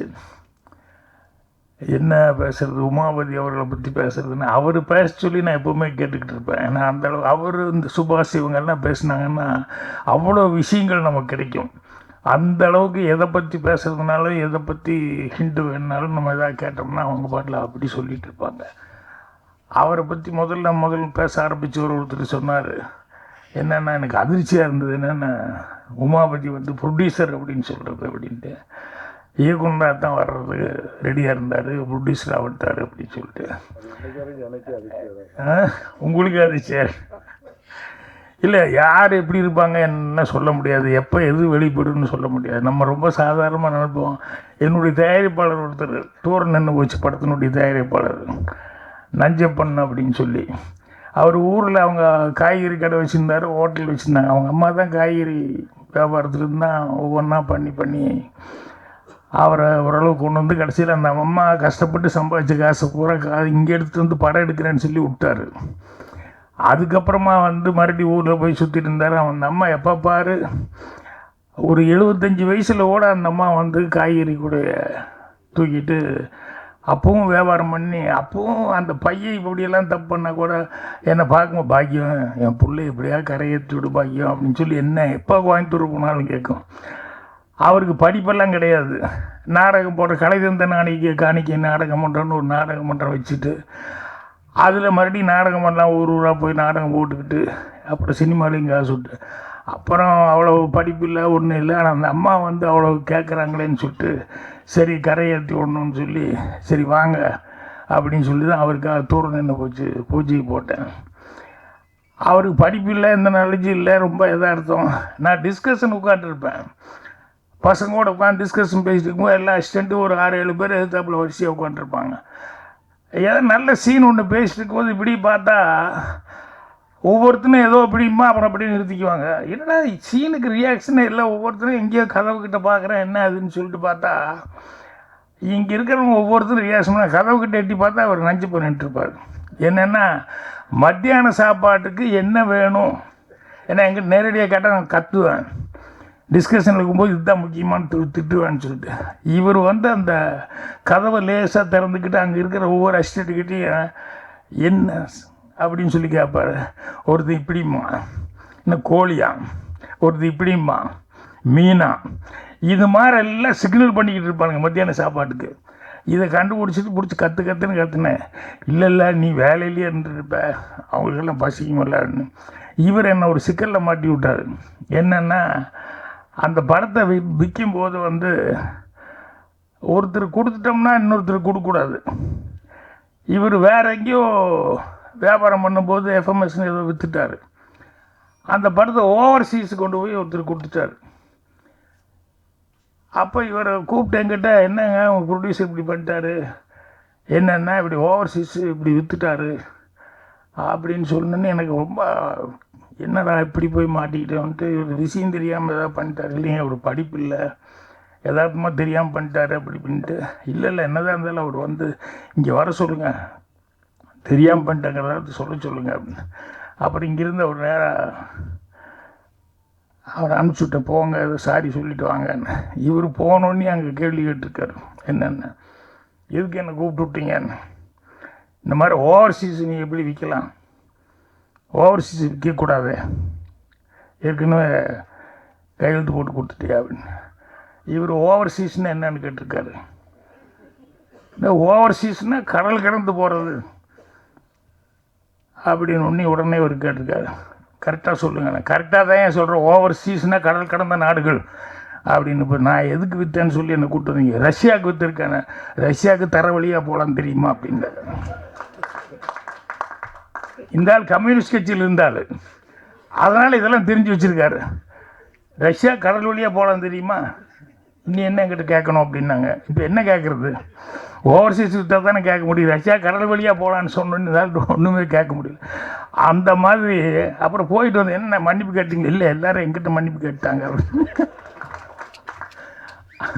அப்படின்னு யாருக்கு என்ன கெப்பாசிட்டி இருக்குது என்னங்கிறதெல்லாம் சொல்ல முடியாது. அப்போ தான் எங்கள் வாத்தியார் சொல்லி கொடுத்ததெல்லாம் எனக்கு ஞாபகம் வரும். பாக்யராஜ், நீ சந்திக்கும் ஒவ்வொரு மனிதனும் உனக்கு ஆசான், கண்டிப்பாக நீ கற்றுக்கொள்ள ஏதாவது ஒன்று அவங்ககிட்ட இருக்குண்டா, இதெல்லாம் ஞாபகம் வச்சுக்கோ அப்படிம்பாரு. அதனால் யாரை பார்த்தாலுமே நான் அப்படி தான் பார்ப்பேன், சாதாரண ஆளுங்க மாதிரி பார்க்க மாட்டேன். ஏதாவது ஒன்று நமக்கு தெரியாதவங்களுக்கு இருக்கும் அப்படிங்கிற மாதிரி தான் பார்ப்பேன். இன்றைக்கி பாருங்கள், அவர் யாருன்னு எனக்கு தெரியல, சினிமா வந்து முதல்ல காமெடி. அது என்னென்னா அவருக்கு அந்த கிருஷ்ணவேல் அவர்கள் வந்து யார்கிட்டையும் வேலை பார்க்கல, அப்படின்னாரு. சரி, சுயம்புவா இப்படி நிறைய பேர் வர்றதுக்கான வாய்ப்புகளுக்கு சினிமாவில் நிறைய பேர் அப்படி இருந்திருக்காங்க அப்படின்னு. அதை விட அடுத்தது சொன்னது சினிமா இப்படிமா ஆகிப்போச்சு அப்படின்னு எனக்கு ரொம்ப என்னென்னா, விவேகா பாடலாசிரியர் அவர் இவரை பற்றி டைரக்டரை பற்றி ஏதோ கேட்குறேன் நான். அவருடனே நீங்கள் யார்கிட்ட வேலை பார்த்தீங்கன்னு கேட்டு அப்புறம் நானே இப்போ தான் அவரை பார்க்குறேன்னாரு டைரக்டர். யார்? விவேகா. ஏங்க நீங்கள் படத்தில் பாட்டு எழுதுனீங்கல்ல அப்படின்னா, ஏன்னா இப்போல்லாம் யார் யார் கூட பாடுறாங்கன்னு தெரியாது. அந்த மாதிரி மியூசிக் டைரக்டர் கூப்பிடுவார், பாட்டு பாட சொல்லுவார், எந்த படம்னு கூட தெரியாத அளவுக்கு பாடிட்டு போயிடுவாங்க. அப்படி இருக்கிறது ஓகே. பாடலாசிரியர் டைரக்டே மீட் பண்ணாமல் எப்படி இப்போ தான் மீட் பண்ணேன்னு என்னென்னா, இல்லை ஃபோன்லேயே பேசிக்கிட்டோம், ஃபோன்லேயே என்ன நான் ரொம்ப அட்வான்ஸாக போயிடுச்சுப்பா சினிமா அப்படிங்கிற அளவுக்கு. அப்போ தான் இன்னொருத்தர் சொல்கிறார், படமெல்லாம் ஓடணும் அப்படின்னா இப்படியெல்லாம் இருந்தால் நல்ல கதை இப்படி கிடைக்கும். ஏன்னா எல்லோரும் கலந்து பேசி பண்ண வேண்டியது. அது சொன்னோன்னே ரொம்ப அட்வான்ஸாக இருக்குது அப்படின்னு நினச்சிட்டேன். உமாபதி அவர்கள் இந்த படம் வந்து அவர் கண்டிப்பாக, ஏன்னா அவருக்கு வந்து எனக்கு நான் சொன்ன மாதிரி நிறைய விஷயங்கள் அவர்கிட்ட எதோ கேட்டாலும் ஃபிங்கர் டிப்ஸில் வச்சுட்டு சொல்லுவார். தெரியலன்னா கூட உடனே தெரிஞ்சுக்கிட்டு உடனே ஃபோன் பண்ணி பேசுவார். அவர் அந்த அளவுக்கு இதானவர். அவர் வந்து இப்போ சினிமா எடுத்திருக்காரு அப்படின்னு சொன்னோம்னா ரொம்ப யோசனை பண்ணி அடுத்த மைல்களை தொடணும் அப்படிங்கிறது அவருடைய டார்கெட்டாக இருக்குது. அதை தொட்டுட்டார். அதுக்கு என்னுடைய வாழ்த்துக்கள். அதோடு அந்த பழைய ஃப்ரெண்ட்ஷிப் எங்கூட வேலை பார்த்த ஒரு விடக்கூடாது ஃபோட்டோகிராஃபர் அவரையும் கூப்பிட்டு ஒரு ப்ரொடியூசராக வந்து பண்ணியிருக்கார் பாரு. அதனால் அந்த நட்பு அப்படிங்கிறதும் விடக்கூடாது அப்படின்னு பண்ணிட்டுருக்காரு. அதனால் கூடிய சீக்கிரமே அவர் கனவு கண்டிருக்கிற அந்த இயக்குனர் அதுக்கும் வர்றதுக்கு அட்வான்ஸாக வாழ்த்துக்களை தெரிவிச்சுக்கிறேன். நிறையா உமாபதி பற்றி பேசுகிறத கேதர் பண்ணணுன்னு நினச்சிக்கிட்டு வந்தேன். அவர் எதுக்கு சொல்ல வந்தேன்னா, அவர் என்ன யூடியூப் ப்ரொடியூஸ், அவருக்கு ஆர்மாலே என்ன கோபம் தெரியல. நல்லா நடித்தா உடனே சினிமாவுக்கு வந்துடணும், ஆட்சிக்கு கொடுத்துடணுமா, நாட்டை கொடுத்துடணுமான்னு அந்த கோபத்தை கொண்டு வந்து என்னையும் வேறு ஜாயின் பண்ணிட்டார். பாக்யராஜ் நடிக்கிறாரு அப்படின்லாம் சொல்லி, நான் ஏற்கனவே ஒரு தடவை கூப்பிட்டது என்னமோ பர்த்டேக்கு வந்து ஒரு வாழ்த்து சொல்லுங்க அப்படின்னு சொல்லி கூப்பிட்டாங்க. அங்கே போய் நான் பேச ஆரம்பித்தோடனே உடனே வந்து அடுத்த நாள் பத்திரிக்கை எனக்கு தெரியும் எப்படி தலைப்பு செய்து நம்மளை தான் கொண்டு விடுவான்னு. பாக்யராஜ் தாக்கு விஜய்க்கு குடும்ப அரசியலை பற்றி எப்படி நீ பேசலான்னு சொல்லி பாக்யராஜ் தாக்குன்னு, ஏன்னா டாபிக் அப்படி தானே போடுவாங்க. அந்த மாதிரி இப்போ இவர் வந்து யூடியூப் அவர் வந்து அவருடைய அரசியலில் வந்து என்னையும் சேர்த்து ஜாயின் பண்ணிக்கிட்டாரு. பரவாயில்ல, இது பத்திரிக்கையாளர்களும் நிறைய பேர் இருக்காங்க. உமாபதி தயாரிப்பாளரே ஒரு பத்திரிக்கையாளங்கிறதுனால இதெல்லாம் வரும், அது வரணும். அப்புறம் இந்த ஜீவா அவர் கூட நல்ல விஷயங்கள் பேசினார். ஸோ நான் அதுக்கப்புறமா வந்து கேசட் வாங்கி அவர்கிட்ட என்ன இதுன்னு பார்த்துக்கிறேன். இப்போ அவசரமாக போகிறதுனால தயவுசெய்து யாரும் தப்பாக நினைக்க வேண்டாம். இன்னும் விவேகா எல்லாம் பேச வேண்டிக்குது. ரொம்ப சந்தோஷம். மீண்டும் ஏங்க படம் சக்ஸஸ் ஆகணும். சக்ஸஸ் ஆனதுக்கப்புறம் உங்களை ஏங்க கீழே இன்றைக்கு நீங்கள் மேலே வாங்க, நீங்கள் மேலே வந்தாச்சு. நீங்கள் என்னுடைய மனமார்ந்த வாழ்த்துக்கள் தெரிவிச்சுக்கிறேன். நன்றி, வணக்கம். நன்றி சார். உங்கள் படங்களைப் போலவே உங்களுடைய பேச்சும் அவ்வளோ ரசனையாகவும் கலகலப்பாகவும் இருந்துச்சு. கதாநாயகன் கணேஷ் கோபிநாத் அவர்களை அன்போடு பேச அழைக்கிறோம். வந்ததுலேருந்து எல்லாருமே சொல்லிட்டு இருக்காங்க முகம் காட்டாமல் நடித்தாங்கன்ட்டு. உங்கள் முகத்தை காட்டுங்க. இங்கே இருக்கவங்க ரொம்ப நல்லா பேசிட்டாங்க. நான் நன்றி சொல்கிறதுக்கு தான் நிறையா இருக்குது. சார் கிளம்பிட்டாங்க. பாக்யராஜ் சார் என்னுடைய மானசீக குரு பாக்யராஜ் சார் தான். ஸோ அவங்க வந்து இருக்கிற ஃபங்க்ஷனில் நானும் இருக்கிறது வந்து எனக்கு ரொம்ப பெருமையாக இருந்துச்சு. இப்போ ஓடிடி பிளாட்ஃபார்ம்ஸில் நீங்கள் எல்லோரும் நிறைய படங்கள் பார்த்துட்ருப்பீங்க, நிறைய கண்ட்ரி படங்கள் பார்த்துட்ருப்பீங்க, ஸ்பானிஷ், கொரியன், அந்த நிறைய எல்லாமே. ஸோ எந்த டைரக்டரையுமே வந்துட்டு கம்பேர் பண்ண முடியாத டைரக்டர் வந்து நம்ம பாக்யராஜ் சார். அவர் படம் வந்துட்டு உலகத்தில் இருக்க எல்லா படத்துலேயும் விட தனியாக தெரியக்கூடிய ஒரு படமாக இருக்கும். ஸோ அவரை பார்த்ததில் எனக்கு ரொம்ப சந்தோஷம். இது ஏற்படுத்தி கொடுத்தது நம்ம உமாபதி சார்னால தான். உமாபதி சார் பற்றி சொல்லணும்னா எனக்கு அவரோட வீடியோஸ் நீங்கள் பார்த்துருப்பீங்க யூடியூப்பில். ரொம்ப அதிரடியாக இருக்கும் அவர் பேசுகிறது. சார் பேசுகிறது மனசில் இருக்கிறது. அவர் நான் யோசிப்பேன், இவர் கேட்குற கேள்விக்கு ஒரு செகண்ட் கூட யோசிக்காமல் சார் பதில் சொல்கிறாரு, இது எப்படி ப்ரிப்பரேட்டடாக இருக்கார் அப்படிங்கிற மாதிரி யோசிச்சிருப்பேன். ஆக்சுவலாக வந்து அவரோட ஆக்ஷனும் அப்படி தான். எனக்கு கால் பண்ணி இது மாதிரி மூவி நீங்கள் பண்ணுறீங்களான்னு கேட்டாங்க. பண்ணுறேன் சார், நீங்கள் சொன்னீங்கன்னா கண்டிப்பாக பண்ணுறேன் சார் பண்ணி சொன்னேன். ஓகே வந்துடுங்க நாளைக்கு பண்ணிடலாம் அப்படின்ட்டாங்க. என்ன சார் நாளைக்கே அப்படின்னா, ஆமாம் நாளைக்கு போயிடலாம் பண்ணிடுவோம் அப்படிங்கிற மாதிரி சொல்லிட்டாங்க. எனக்கு ரொம்ப ஆச்சரியமாக இருந்துச்சு, இது இவ்வளவு ஃபாஸ்ட்டாக இருக்காங்க சார் அப்படின்னு. ஸோ அதுக்கப்புறம் வந்து நன்றி சொல்லணும்னா சித்தர் தனியால் செல்வம் சார் கோ ப்ரொடியூசர், அப்புறம் பன்ருட்டி ரமேஷ் குமார் சார், அப்புறம் Gauri Sridhar ma'am, thank you ma'am. அப்புறம் படத்தோட டைரக்டர் கிருஷ்ணவேல் சாருக்கு என்னோட நன்றி. விவேகா சாரோட லிரிக்ஸ்லாம் வந்துட்டு கேட்கும்போது எவ்வளோ நல்லா இருந்துச்சு, thank you sir. Music director sir வந்து பேசுனது கூட நல்லா இருந்துச்சு, அவர் பாட்டும் நல்லா இருந்தது, அவர் சார் பேசுனது கூட ரொம்ப நல்லா இருந்தது, தேங்க்யூ. ஃப்ரெண்ட்ஸ் அண்ட் ஃபேமிலிஸ் வந்திருக்காங்க எனக்கு. My friends, my close friends Senthil and Sundar வந்திருக்காங்க. Thank you friends. அவங்க சின்ன வயசுலேருந்து ஃப்ரெண்டு எனக்கு. ஸோ அவங்களை சொல்லணுங்கிற ஒரு ஆசை, வேறு ஒன்றும் இல்லை. அப்புறம் எல்லாருக்கும் டியர் ரிப்போர்ட்டர்ஸ் எல்லாருக்கும் என்னோட அவங்களோட விஷஸ் அண்ட் பிளெஸிங்ஸ் வேணும்னு நான் கேட்டுக்கிறேன். நானும் ரிப்போர்ட்டர் ஆகணும்னு ட்ரை பண்ணேன், என்னன்னு தெரியல, என்னால் ஆக முடியல. முக்கியமாக வந்து Jeeva today, YouTube routers, Kumaravel sir எல்லாருக்கும் என்னோட தேங்க்ஸ் சொல்லிக்கிறேன். இது எல்லாத்தையும் ரெடி பண்ணி எனக்கு வந்து பண்ணது வந்து மிஸ்டர் மதுரை வாசகலையன் ப்ரொடியூசர் அவர்கள், அவருக்கும் என்னோட விஷஸ் சொல்லிக்கிறேன். Thank you every one, thank you. அடுத்ததாக இந்த படத்தோட கதாநாயகி ஐஷு அவர்களை அன்போடு பேச அழைக்கிறோம். எனக்கு இந்த படத்தில் வந்து இவ்வளோ ஒரு பெரிய ஆப்பர்ச்சுனிட்டியை பண்ணி கொடுத்த உமாபதி சாருக்கு தான் நான் இந்த தருணத்தில் வந்து ஒரு மிகப்பெரிய நன்றி சொல்லணும். ஏன்னா ஃபர்ஸ்ட் லைன் தயாரிப்பில் வெளிவந்த ஒரு முதல் படம் இது, ஜஸ்ட் ஒரு ட்ரெய்லர் தான், இன்னும் மெயின் பிக்சர் நிறையா இருக்குது அப்படின்ற மாதிரி ஃபர்ஸ்ட் லைன் தயாரிப்பில் இன்னும் நிறைய படங்கள் வரப்போகுது. ஸோ இந்த படத்தோட டைரக்டர் கிருஷ்ணவேல் சாருக்கும் என்னுடைய நன்றி. அண்ட் விவேகா சாரோட லிரிக்ஸில் சூப்பரான ஒரு பாடல் வந்திருக்கு, எல்லாருமே பார்த்துருப்பீங்க, என்னோடய ஃப்ரெண்ட் ஸ்வேதா பாடியிருக்காங்க. ஸோ இந்த மாதிரி படங்களுக்கு உங்களுடைய ஆதரவு கொடுக்கணும் அப்படின்னு கேட்டுக்கிறோம். ஏன்னா ஒரு டிஃப்ரெண்ட்டான அட்டம்ப்டில் இந்த படம் பண்ணியிருக்கோம், ஒரு ஸ்ட்ராங்கான மெசேஜ் கன்வே பண்ணியிருக்கோம், நிறைய ஸ்ட்ரகிள்ஸ் தாண்டி இந்த படத்தை ரிலீஸ் பண்ணுறோம். அண்ட் சார் சொன்ன மாதிரி எல்லா ஆர்டிஸ்ட்டுக்குமே ஃபேம் அப்படின்றது தான் எல்லாருமே எக்ஸ்பெக்ட் பண்ணுவாங்க. நாங்கள் என்ன தான் எங்களோட முகத்தை காட்டாமல் நடிச்சிருந்தாலும் இந்த படம் வெளிவந்ததுக்கப்புறம் நிறைய பேர் நிச்சயமாக எங்களை பாராட்ட போகிறாங்க. இந்த படம் ஒரு மிகப்பெரிய ஒரு வரவேற்பை பெற்றுக் கொடுக்கும் அப்படின்றது நானும் சரி என்னோட கோ ஆர்டிஸ்டும் சரி ஒரு எக்ஸைட்டடாக வெயிட் பண்ணிகிட்டு இருக்கோம் இல்லையா. என்னதான் நம்ம வந்து முகம் காட்டாமல் நடித்தாலும் நிச்சயமாக சார் ட்ரெஸ் கோடு, ஆமாம் இது வந்து கோஇன்சிடென்ட்டாக தான் அமைஞ்சது, எல்லாருமே பிளாக்னு ரெஜிஸ்டர் பண்ணுறாங்க. ஸோ அங்கேயே எங்களோட படத்தோட இந்த யுனைட்டி உங்களுக்கு தெரியும்னு நினைக்கிறேன். ஸோ நிச்சயமாக தேட்டரில் போய் பாருங்கள், இந்த மாதிரி நிறைய படங்களுக்கு ஆதரவு கொடுங்க. Thank you so much, thank you. இந்த படத்தோட இயக்குனர், இவரை பற்றி நான் கொஞ்சம் சொல்லணும்னு நினைக்கிறேன். பிகாஸ் நான் வந்து இவர் நிறைய இன்டர்வியூ பண்ணியிருக்கேன்.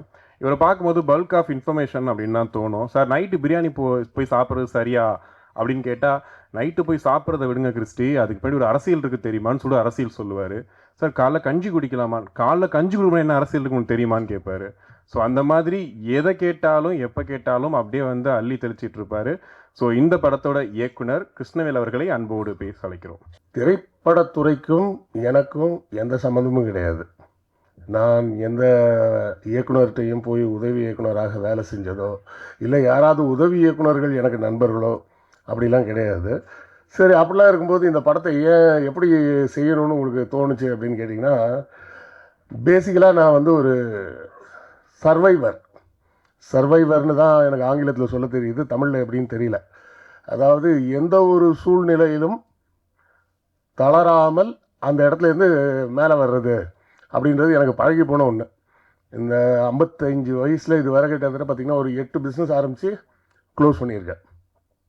சரிங்களா, ரெண்டாவது பிஸ்னஸ் க்ளோஸ் ஆனவுடனே எல்லோரும் மூடி வச்சு வீட்டுக்கு போயிடுவாங்க. இது வரை 8 பிஸ்னஸ் பண்ணி க்ளோஸ் பண்ணியிருக்கேன்னு வச்சிங்களேன். கொரோனாவில் க்ளோஸ் பண்ணது 8வது பிஸ்னஸ்.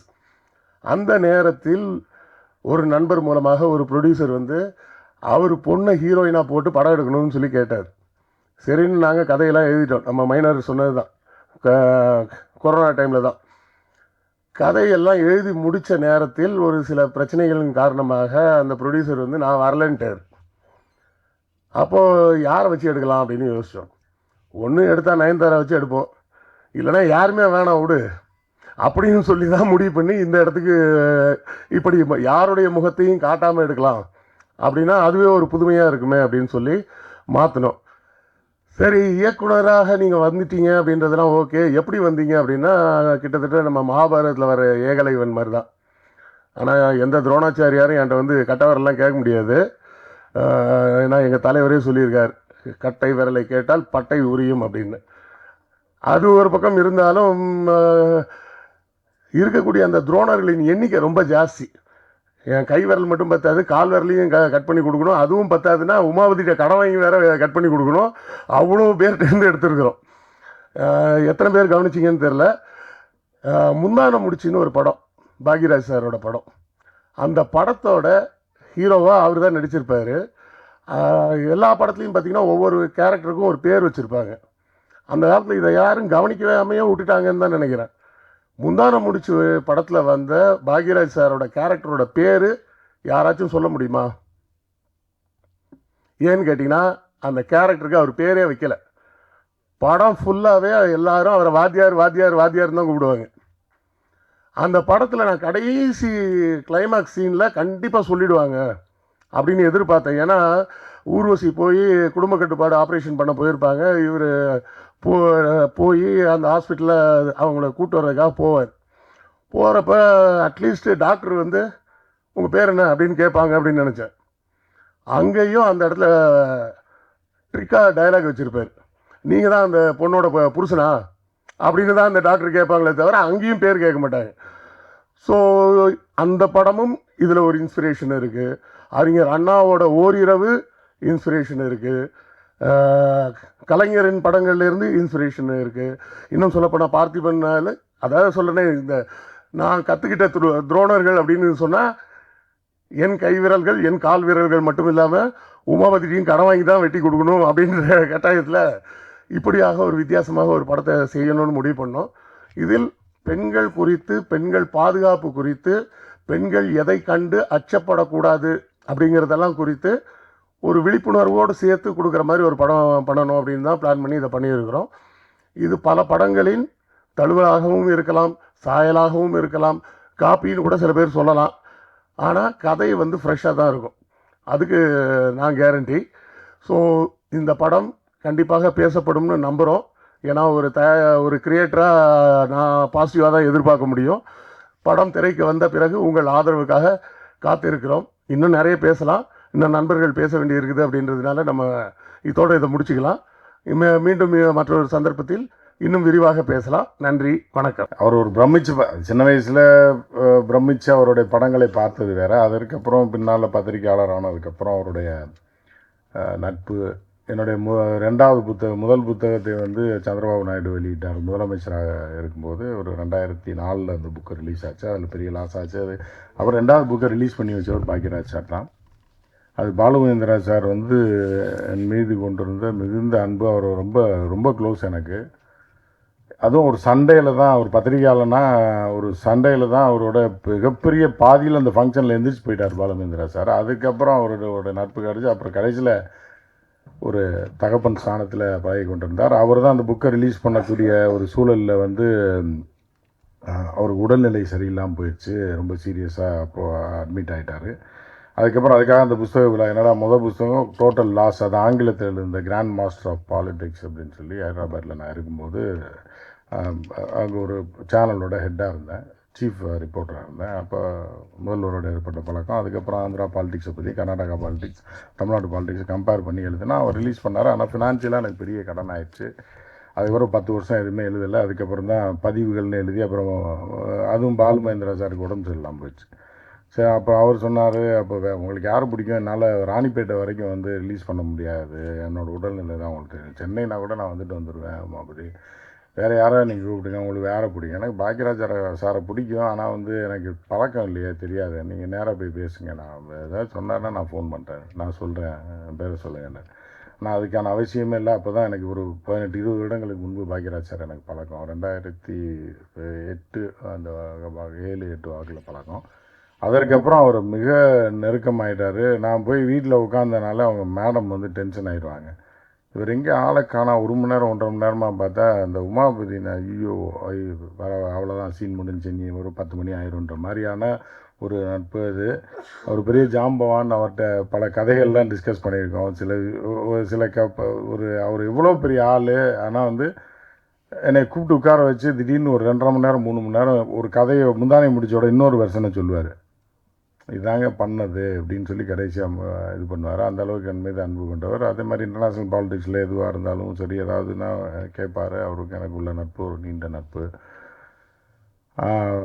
அதனால் எந்த நிகழ்ச்சியாக இருந்தாலும் சரி, அவர் இல்லாமல் நடக்காது. என்னோடய ஃபேன்ஸ் மீட்டுன்னு சொல்லி அரம்நாடு பத்திரிகையில் ஏதோ ஒன்று நடத்துகிறாங்க. அப்போ கூட சார் தான் இருந்தார். திரு அமீர் அவர்கள் வந்திருந்தாங்க. ஸோ அதே மாதிரி என்னுடைய குடும்ப நண்பரான விவேகா, அதே மாதிரி இயக்குனர் கிருஷ்ணவேல். இந்த படம் எப்படி ஆரம்பிக்கப்பட்டது அப்படின்னா, கிருஷ்ணவேல் வந்து என்னுடைய நண்பர். அது சமீபத்தில் இந்த யூடியூப் காலங்களில் ஜீவா டுடேயில் பேசிகிட்டு இருந்தோம். அதுக்கப்புறம் அந்த இதை வைத்து ஒரு நட்பு. அப்புறம் என் கூட ரொம்ப பழக ஆரம்பித்தார். 2 பேரும் பயங்கர ஃப்ரெண்ட் ஆகிட்டோம். அப்போ என்ன பண்ணார்னா, ஒரு படத்தை வந்து தயாரித்து எடுத்து ஃபினிஷ் பண்ணியிருந்தார். அதை பார்க்கணுன்னு ரொம்ப நாளாக சொல்லிகிட்டு இருப்பார். நான் கேஷுவலாக சொல்லுவேன், சரி ஏதோ காமெடி பண்ணுறாரு போல், ஏதோ படம் பண்ணியிருக்காருன்னு சொல்கிறாரு.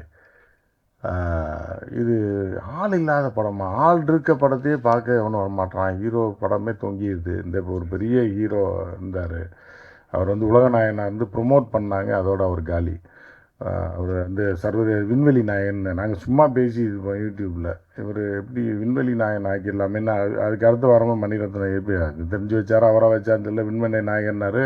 ஸ்பேஸுக்கு அனுப்பிட்டாங்க அவரை அந்த படத்தோட. ஸோ அப்படி படங்களே ஓட மாட்டேங்குதுன்னு கிருஷ்ணவேல் பண்ணியிருக்காருன்னு பார்த்தா, ஒரு நாள் பாருங்கள் ஒன்று சொல்லிட்டு இருந்தார். ஒரு நாள் கேஷுவலாக போய் நான் பல விஷயம் பேசிகிட்டு இருப்போம், அரசியல் தான் பேசுவோம், அதெல்லாம் ஒரு நாள் ஒரு படத்தை வந்து ஒரு ப்ரிவியூ மாதிரி காட்டினா பயங்கர இன்ட்ரெஸ்டிங்காக போச்சு. ஏன்னா ஆளே இல்லை, ஒரு கார் மட்டும் போகுது, இன்ட்ரெஸ்டிங் அடி போகுது. சரிண்ணா அப்படி பார்த்துக்கிட்டே இருக்கோம். டைம் பார்த்தா 35 நிமிஷம் தாண்டி போயிடுச்சு. என்னடா இவ்வளோ இதாக போகுது, இன்ட்ரெஸ்டிங்காக போகுது அப்படின்னோடனே அது ஒரு கட்டத்தில் அதை ஃபினிஷ் பண்ணிட்டார். அதோட டியூரேஷன் வந்து இதாக இருக்குது. அதுக்கு அடுத்து வந்து அந்த கதை வந்து ரொம்ப அருமையாக செதுக்கியிருப்பார். யாருமே இந்த மாதிரி ஒரு முயற்சி எடுத்ததே கிடையாது. எடுத்து அதை வந்து இன்ட்ரெஸ்டிங்காக வேறு கொண்டு போய் இவ்வளோ தூரம் பண்ணியிருக்காரு. அப்படிங்கும்போது ரொம்ப ஆச்சரியமாக இருந்துச்சு. அப்போ என்ன பண்ணலான்னு சொல்லி அப்புறம் டிஸ்கஸ் பண்ணியிருந்தோன்னே, சரி இதோட இன்னும் ஒரு 40% ரீப்ரொடியூஸ் பண்ண வேண்டிய ஒரு கட்டாயத்தில் இருக்கும். அப்போ எங்கள்டெல்லாம் பெரிய கோடிக்கணக்கில் லட்சக்கணக்கில் காசு இல்லை, அப்படி போயிட்டுருக்கு. அப்போ வந்து ஒரு நாள் என்ன பண்ணேன், இது திடீர்னு ஒரு நாள் பேசி ரீப்ரொடியூஸ் பண்ணி சேர்த்துடலாம், வேறு ரேஞ்சு கொண்டு போயிடுவோம் அப்படின்ட்டு. இயக்கத்திற்காக பாக்யராஜ் சாருக்கெல்லாம் தெரியும், என்னுடைய கதைகள் சொல்லியிருக்கோம், பேசியிருக்கோம். ஒரு என்னுடைய கதையில் ஆரம்பித்த ஒரு மிக பிரம்மாண்டமான படம் ஒரு 10 நாள் மலேசியாலையும் தாய்லாண்டில் ஷூட் பண்ணி அதோடு நின்றுச்சு. திருப்பி NDTVக்கு வந்து ஜாயின் பண்ணிட்டேன் 2009 படம் ஆரம்பித்து. என்னோடய கதை டைரக்ஷன் வந்து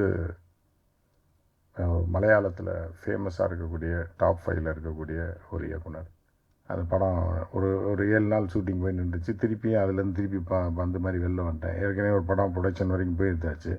இப்படி தள்ளி போயிட்டே இருந்தது. அடுத்த ஒரு ப்ராஜெக்ட் இப்படி தள்ளி போயிட்டே இருந்தது. சரி அப்போ திருப்பி NDTV இண்டூவில் ஜாயின் பண்ணிட்டேன் அசோசியேட் எடிட்டராக. அதுக்கப்புறம் பார்த்திங்கன்னா தந்தியில் சீஃப் எடிட்டராக அப்படி இருந்தால் அப்புறம் அப்படியே போயிட்டு இருந்ததுன்னு வச்சுங்களேன். அது 2 வருஷம் போயிட்டு இருந்தது. இடையில எடுக்கப்பட்ட முயற்சிகளெல்லாம் வந்து எதுவுமே பெருசாக வரல.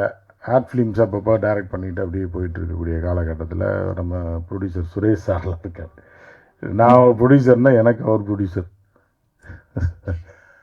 ஸோ அதனால் அவங்களெலாம் அழைச்சிருக்கேன். ஸோ அந்த மாதிரி போயிட்டு இருந்தது. திடீர்னு பார்த்தேன் படம் வந்து ரொம்ப இன்ட்ரெஸ்டிங்காக போயிட்டு இருந்துச்சோன்னே, சரின்னு பாடலில் சேர்த்துருவோன்னு சொல்லி ராஜா சாரை போன பிறந்த நாளில் பார்த்து அவருடைய ஒரு பழைய பாடலை வாங்கி அதை கேரளாவில் ஷூட் பண்ணோம்.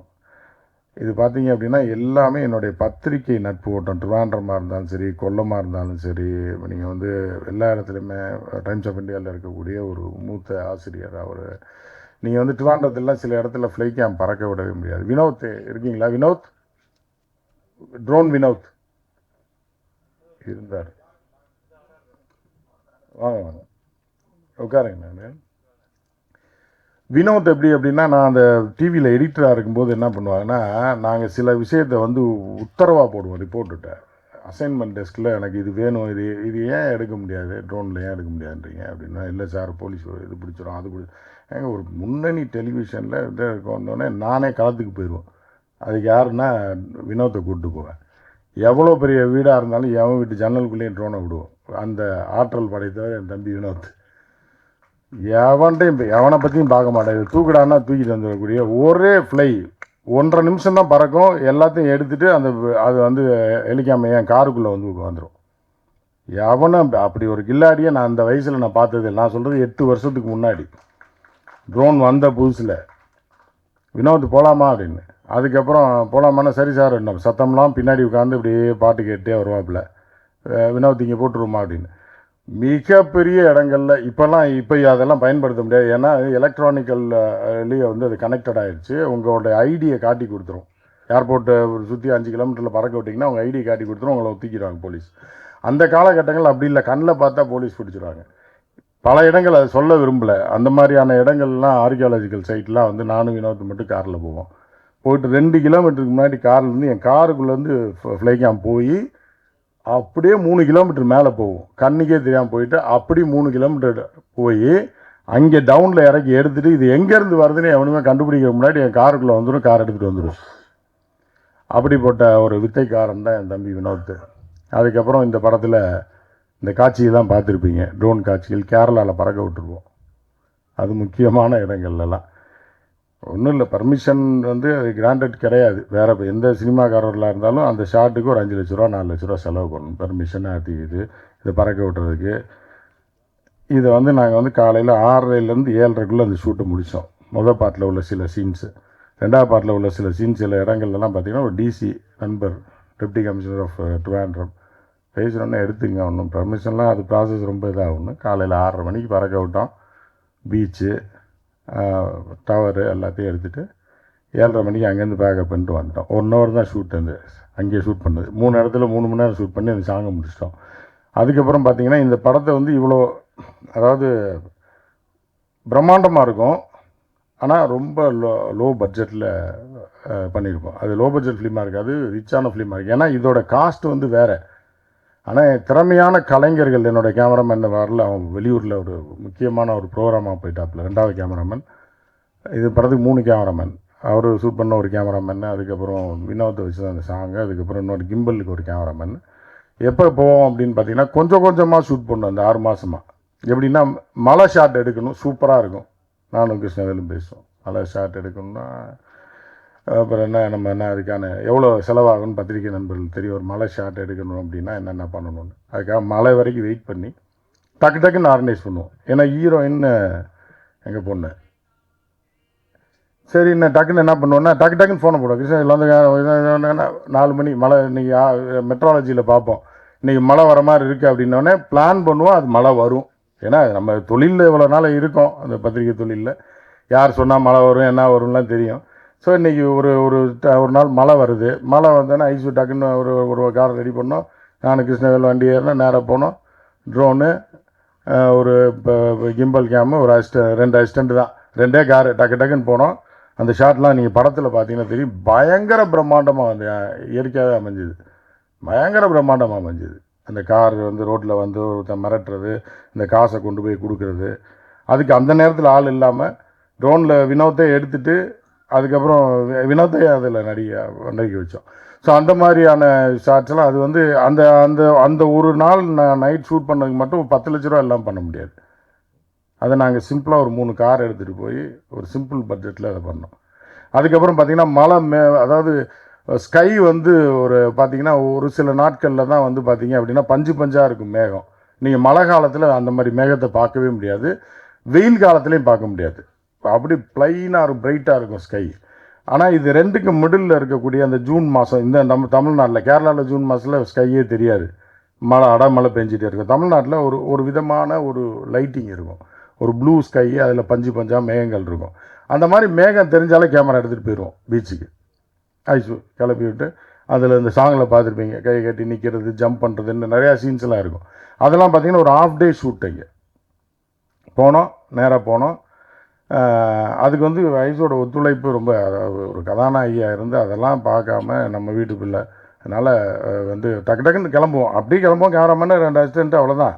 இது பெரிய டீமு அது இது ஃபுட்டு கிட்டெல்லாம் எதுவுமே இருக்காது. அப்படி போவோம். ஏதாவது ஒரு ஹோட்டலில் சாப்பிடுவோம்.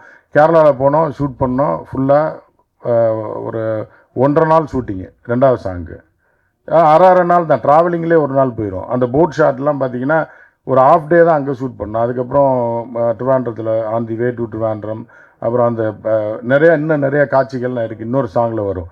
அது எல்லாமே பார்த்தீங்கன்னா லொக்கேஷன் சேஞ்சு. இப்போ ஒரு 8 லொக்கேஷன் மாறி இருப்போம். அந்த 2 நாளில் 8 லொக்கேஷன் மாறி எடுத்து அவ்வளோ ஃபாஸ்ட்டாக எடுத்து அதை பண்ணியிருக்கோம்.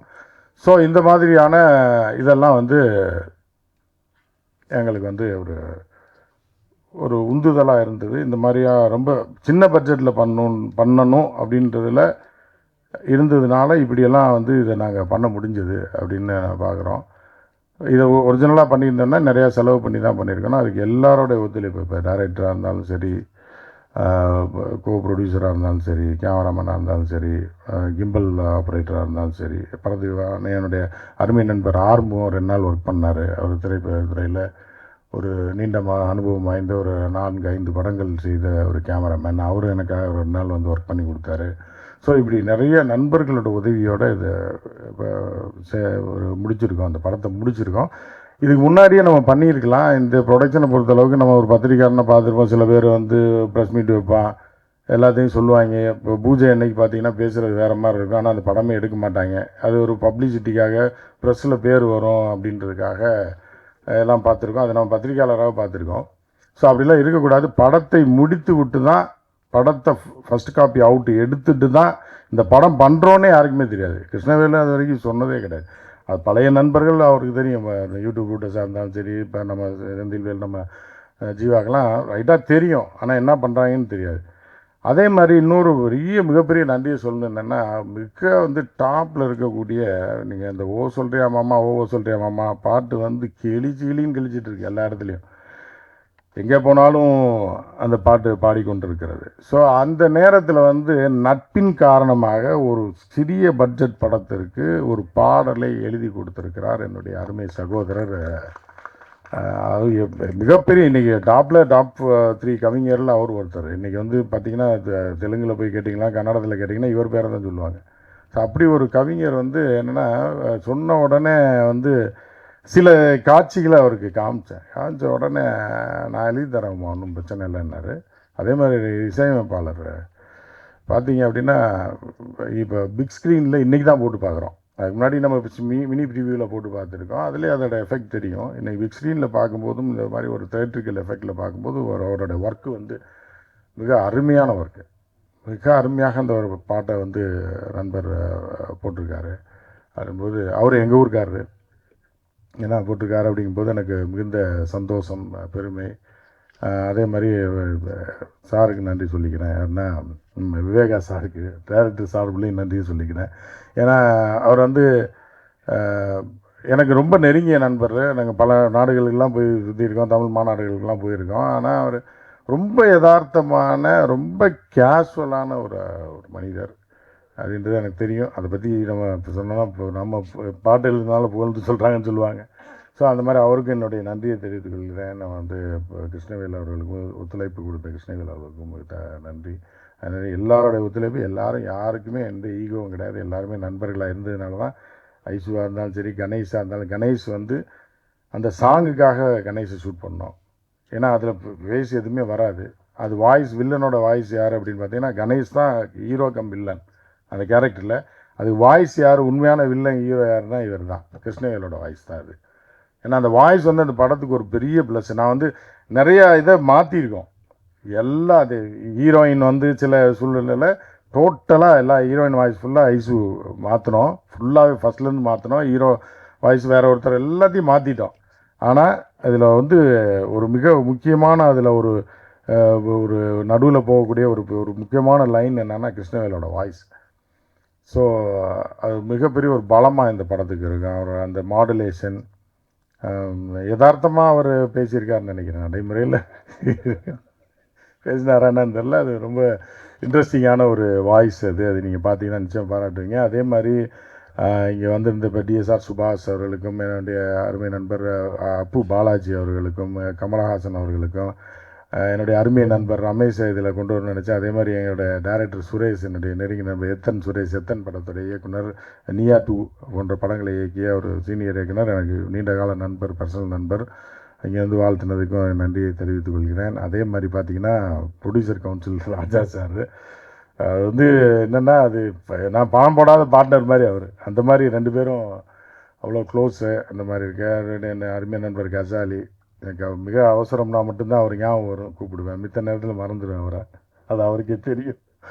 அந்த மாதிரி அதே மாதிரி டிடி சுரேஷ் சார் வந்திருக்காங்க. அதே மாதிரி என்னுடைய அருமை நண்பர்கள், எனக்கு பிடித்த பாசமிகு பத்திரிகையாளர்களாக இருக்கக்கூடிய என்னுடைய செந்தில்வேல். அதாவது என்னென்னா செந்தில்வேல் இருந்தார், இப்போ மீடியாவில் இருக்கும்போது ஒரு நியூஸ் ஆங்கராக இருந்தார். அப்படின்றத தாண்டி அவர் எவ்வளோ தூரத்துக்கு இன்றைக்கி அவரை வந்து பாலிஷ் பண்ணி சுயமாக வந்து அவர் எந்த இடத்துல இருக்காருன்றது எனக்கு ரொம்ப சந்தோஷமாக இருக்கும். அவருடைய பேச்சை கேட்கும்போதெல்லாம் எனக்கு ரொம்ப ஹாப்பியாக இருக்குது. நானும் அவரும் பேசினோம்னா ஜாலியாக யதார்த்தமாக பேசுவோம், சீரியஸான மேட்டரை கூட யதார்த்தம் பேசுவோம். அதே மாதிரி என்னுடைய சகோதரர், அதாவது திராவிட சிசுன்னு சொல்லலாம் அவரை, ஜீவா அவர்கள். நாங்கள் 2 பேரும் உட்காந்தோன்னா அந்த காம்பினேஷன், அது எங்கள் தொழில் வேறு, அது ரொம்ப இதான இருக்கும். அதே மாதிரி யூடியூப் ரூட்டர்ஸோடைய ரசிகன் நான். எப்படின்னா நான் எங்கள் ஊர் பாஷையில் ஓட்டிக்கிட்டு இருப்பேன், மதுரை பாஷையில். அவர் அதை பார்த்துட்டு ரொம்ப சந்தோஷப்படுவார். அதே மாதிரி யூடியூப் ரூட்டர்ஸ் பேசுகிறத பார்த்து நான் தனியாக உட்காந்து சிரிச்சுக்கிட்டு இருப்பேன். அவங்க பேசுகிறது ஆஹா இது எடுக்கலாம், ஆனால் நம்ம பேச முடியாது, இவங்க 2 பேரும் உட்காந்தா தான் கரெக்டாக இருக்கும் அப்படின்ற மாதிரி யூடியூப் ரூட்டர்ஸ் வந்து அது மாதிரியான ஒரு இது என்னையும் ஓட்டி விட்டுருக்காப்புல ஒரு ஆரம்பத்தில். ஏன்னா ஒரு சேனலில் போய் நான் தெனாவட்டாக பேசிகிட்டு இருந்தேன் 2-3 டேரக்டரை பற்றி. நீ என்ன பண்ண, நீ காசை வாங்கிட்டு போகிற, மக்களுக்கு நீ சரியா, மக்கள் தான் டிக்கெட் எடுக்கிறாங்கன்ற மாதிரி பேசிக்கிட்டப்போ ஏதோ ஓடிட்டு இருந்தார். அதை பார்த்து நான் சிரிச்சிட்டு தான் இருந்தேன். ரைட்டு, இது கரெக்டு தானே அப்படின்ற மாதிரி. அந்த மாதிரி நண்பர்கள் இருக்காங்க. அதே மாதிரி இஸ்மாயில்னு ஒருத்தர் அமைதியாக உட்காந்துருக்காரு பாருங்க, கையை கட்டிட்டு 7 படம் இயக்கியவர். அதில் வந்து 4 படம் வந்து இவர் வந்து என்ன பண்ணியிருக்காருன்னா ப்ரொடியூஸ் பண்ணி இயக்கியிருக்காரு. 7 படம் இயக்கியிருக்காரு. அவருடைய 3 படங்களில் நான் வந்து அந்த நிகழ்ச்சியில் பங்கேற்றிருக்கேன், படத்தில் பங்கேற்கல, நிகழ்ச்சியில் பங்கேற்றிருக்கேன். அந்த மாதிரி ஒரு மிக அருமையான எனக்கு ஒரு நண்பர், அமைதியானவர். 7 படங்கள் முடித்து இது எப்படி விற்றார், எப்படி எடுத்தார் அப்படின்றது தெரியாது. இந்த கடைசி படம்லாம் பார்த்திங்கன்னா ஷூட்டிங்கு நான் போயிருந்தேன் ஒரு இடத்துக்கு. கடைசியில் பார்த்தா விழான்றாரு, அதே 2 படம் ஆக்கிட்டார், கன்னடத்தில் ரிலீஸ் பண்ணிட்டாரு. அப்போ சேர்த்தா 9 வருது, 9 படம் வருது கன்னட படமும் சேர்த்தா. எந்த பஞ்சாயத்தும் இல்லாமல் ஒரு 2 ஹீரோயின், கன்னட ஹீரோயினை வச்சார், ஒரு ஹீரோ வச்சார், ஒரே இடத்துல ஷூட் பண்ணார். 35 நாளில் படத்தை தூக்கி போட்டார். 2 படம் ஆக்கி அதிலேருந்து எடுத்து. ஆனால் பார்த்தீங்கன்னா குவாலிட்டி அருமையாக இருந்தது, நல்லா இருந்தது. அந்த இதுக்கு தகுந்த மாதிரி அவர் ஒரு மிகப்பெரிய ஒரு நண்பர் எனக்கு. அதனால் எல்லாமே மிக நெருங்கிய, மனதுக்கு நெருங்கியவர்கள் தான் நம்ம கூட்டிருக்கோம். அதே மாதிரி ரமேஷ்குமாரை பற்றி நான் சொல்லியிருந்தேன். அதே மாதிரி ஸ்ரீதர் அவர்கள் ரமேஷ்குமாரோட நண்பர். அவர் சொன்ன உடனே ஒத்துக்கிட்டு கோ ப்ரொடியூசராக வந்து உதவி செஞ்சுருக்காரு. கடைசி கட்டத்தில் அவர் தான் வந்து அதை இது பண்ணவர். அதே மாதிரி என்னுடைய அருமை நண்பர் அப்பு பாலாஜி, மிக செல்வாக்கு. அதாவது வேலூரில் போய் இறங்கினீங்கன்னா எங்கே பார்த்தாலும் அப்பு பாலாஜின்னு போஸ்டராக இருக்கும். அந்த மாதிரியான ஒரு நபர் அமைதியாக உட்காந்துருக்காரு. அவரும் பர்சனல் நண்பர், அதனால் அவரையும் அழைத்திருக்கிறோம். வந்திருந்த அனைவருக்கும் யாரோ பேர் விட்டுட்டு போயிருந்தேன்னா மன்னித்து விடுங்கள். இந்த படம் சிறப்பாக வந்திருக்கு அப்படின்னு நாங்கள் நம்புகிறோம். நிச்சயமாக அதை பார்த்தவர்களும் இது பண்ணுறாங்க. பாக்யராஜ் சாரும் பார்த்தார் படத்தை, ஒரு மினி தியேட்டரில் பார்த்தாரு. இன்னும் விவேகா அவர்கள் வந்து சில சீன்களை மட்டும்தான் பார்த்தார், பாடல்கள் அவருக்கு முன்னாடியே போட்டு காமிச்சோம். ராஜா சாருக்கு தெரியும் என்னமோ பண்ணிகிட்டு இருக்காங்க, என்ன ஒரே ஆஃபீஸ் தான். இந்த படம் ஆரம்பிக்கும் போது பார்த்தீங்கன்னா எப்போயாவது கிருஷ்ணவேல் வருவார், 2 பேர் வர்றாங்க, 2 பேர் தான் இருக்காங்க, ஏதோ ஒன்று பேசுகிறாங்க, அவர் போகிறாரு. அடுத்து கொஞ்சம் கச்சாலி வருவார், அவர் ஏதோ ஒன்று பேசுவார்.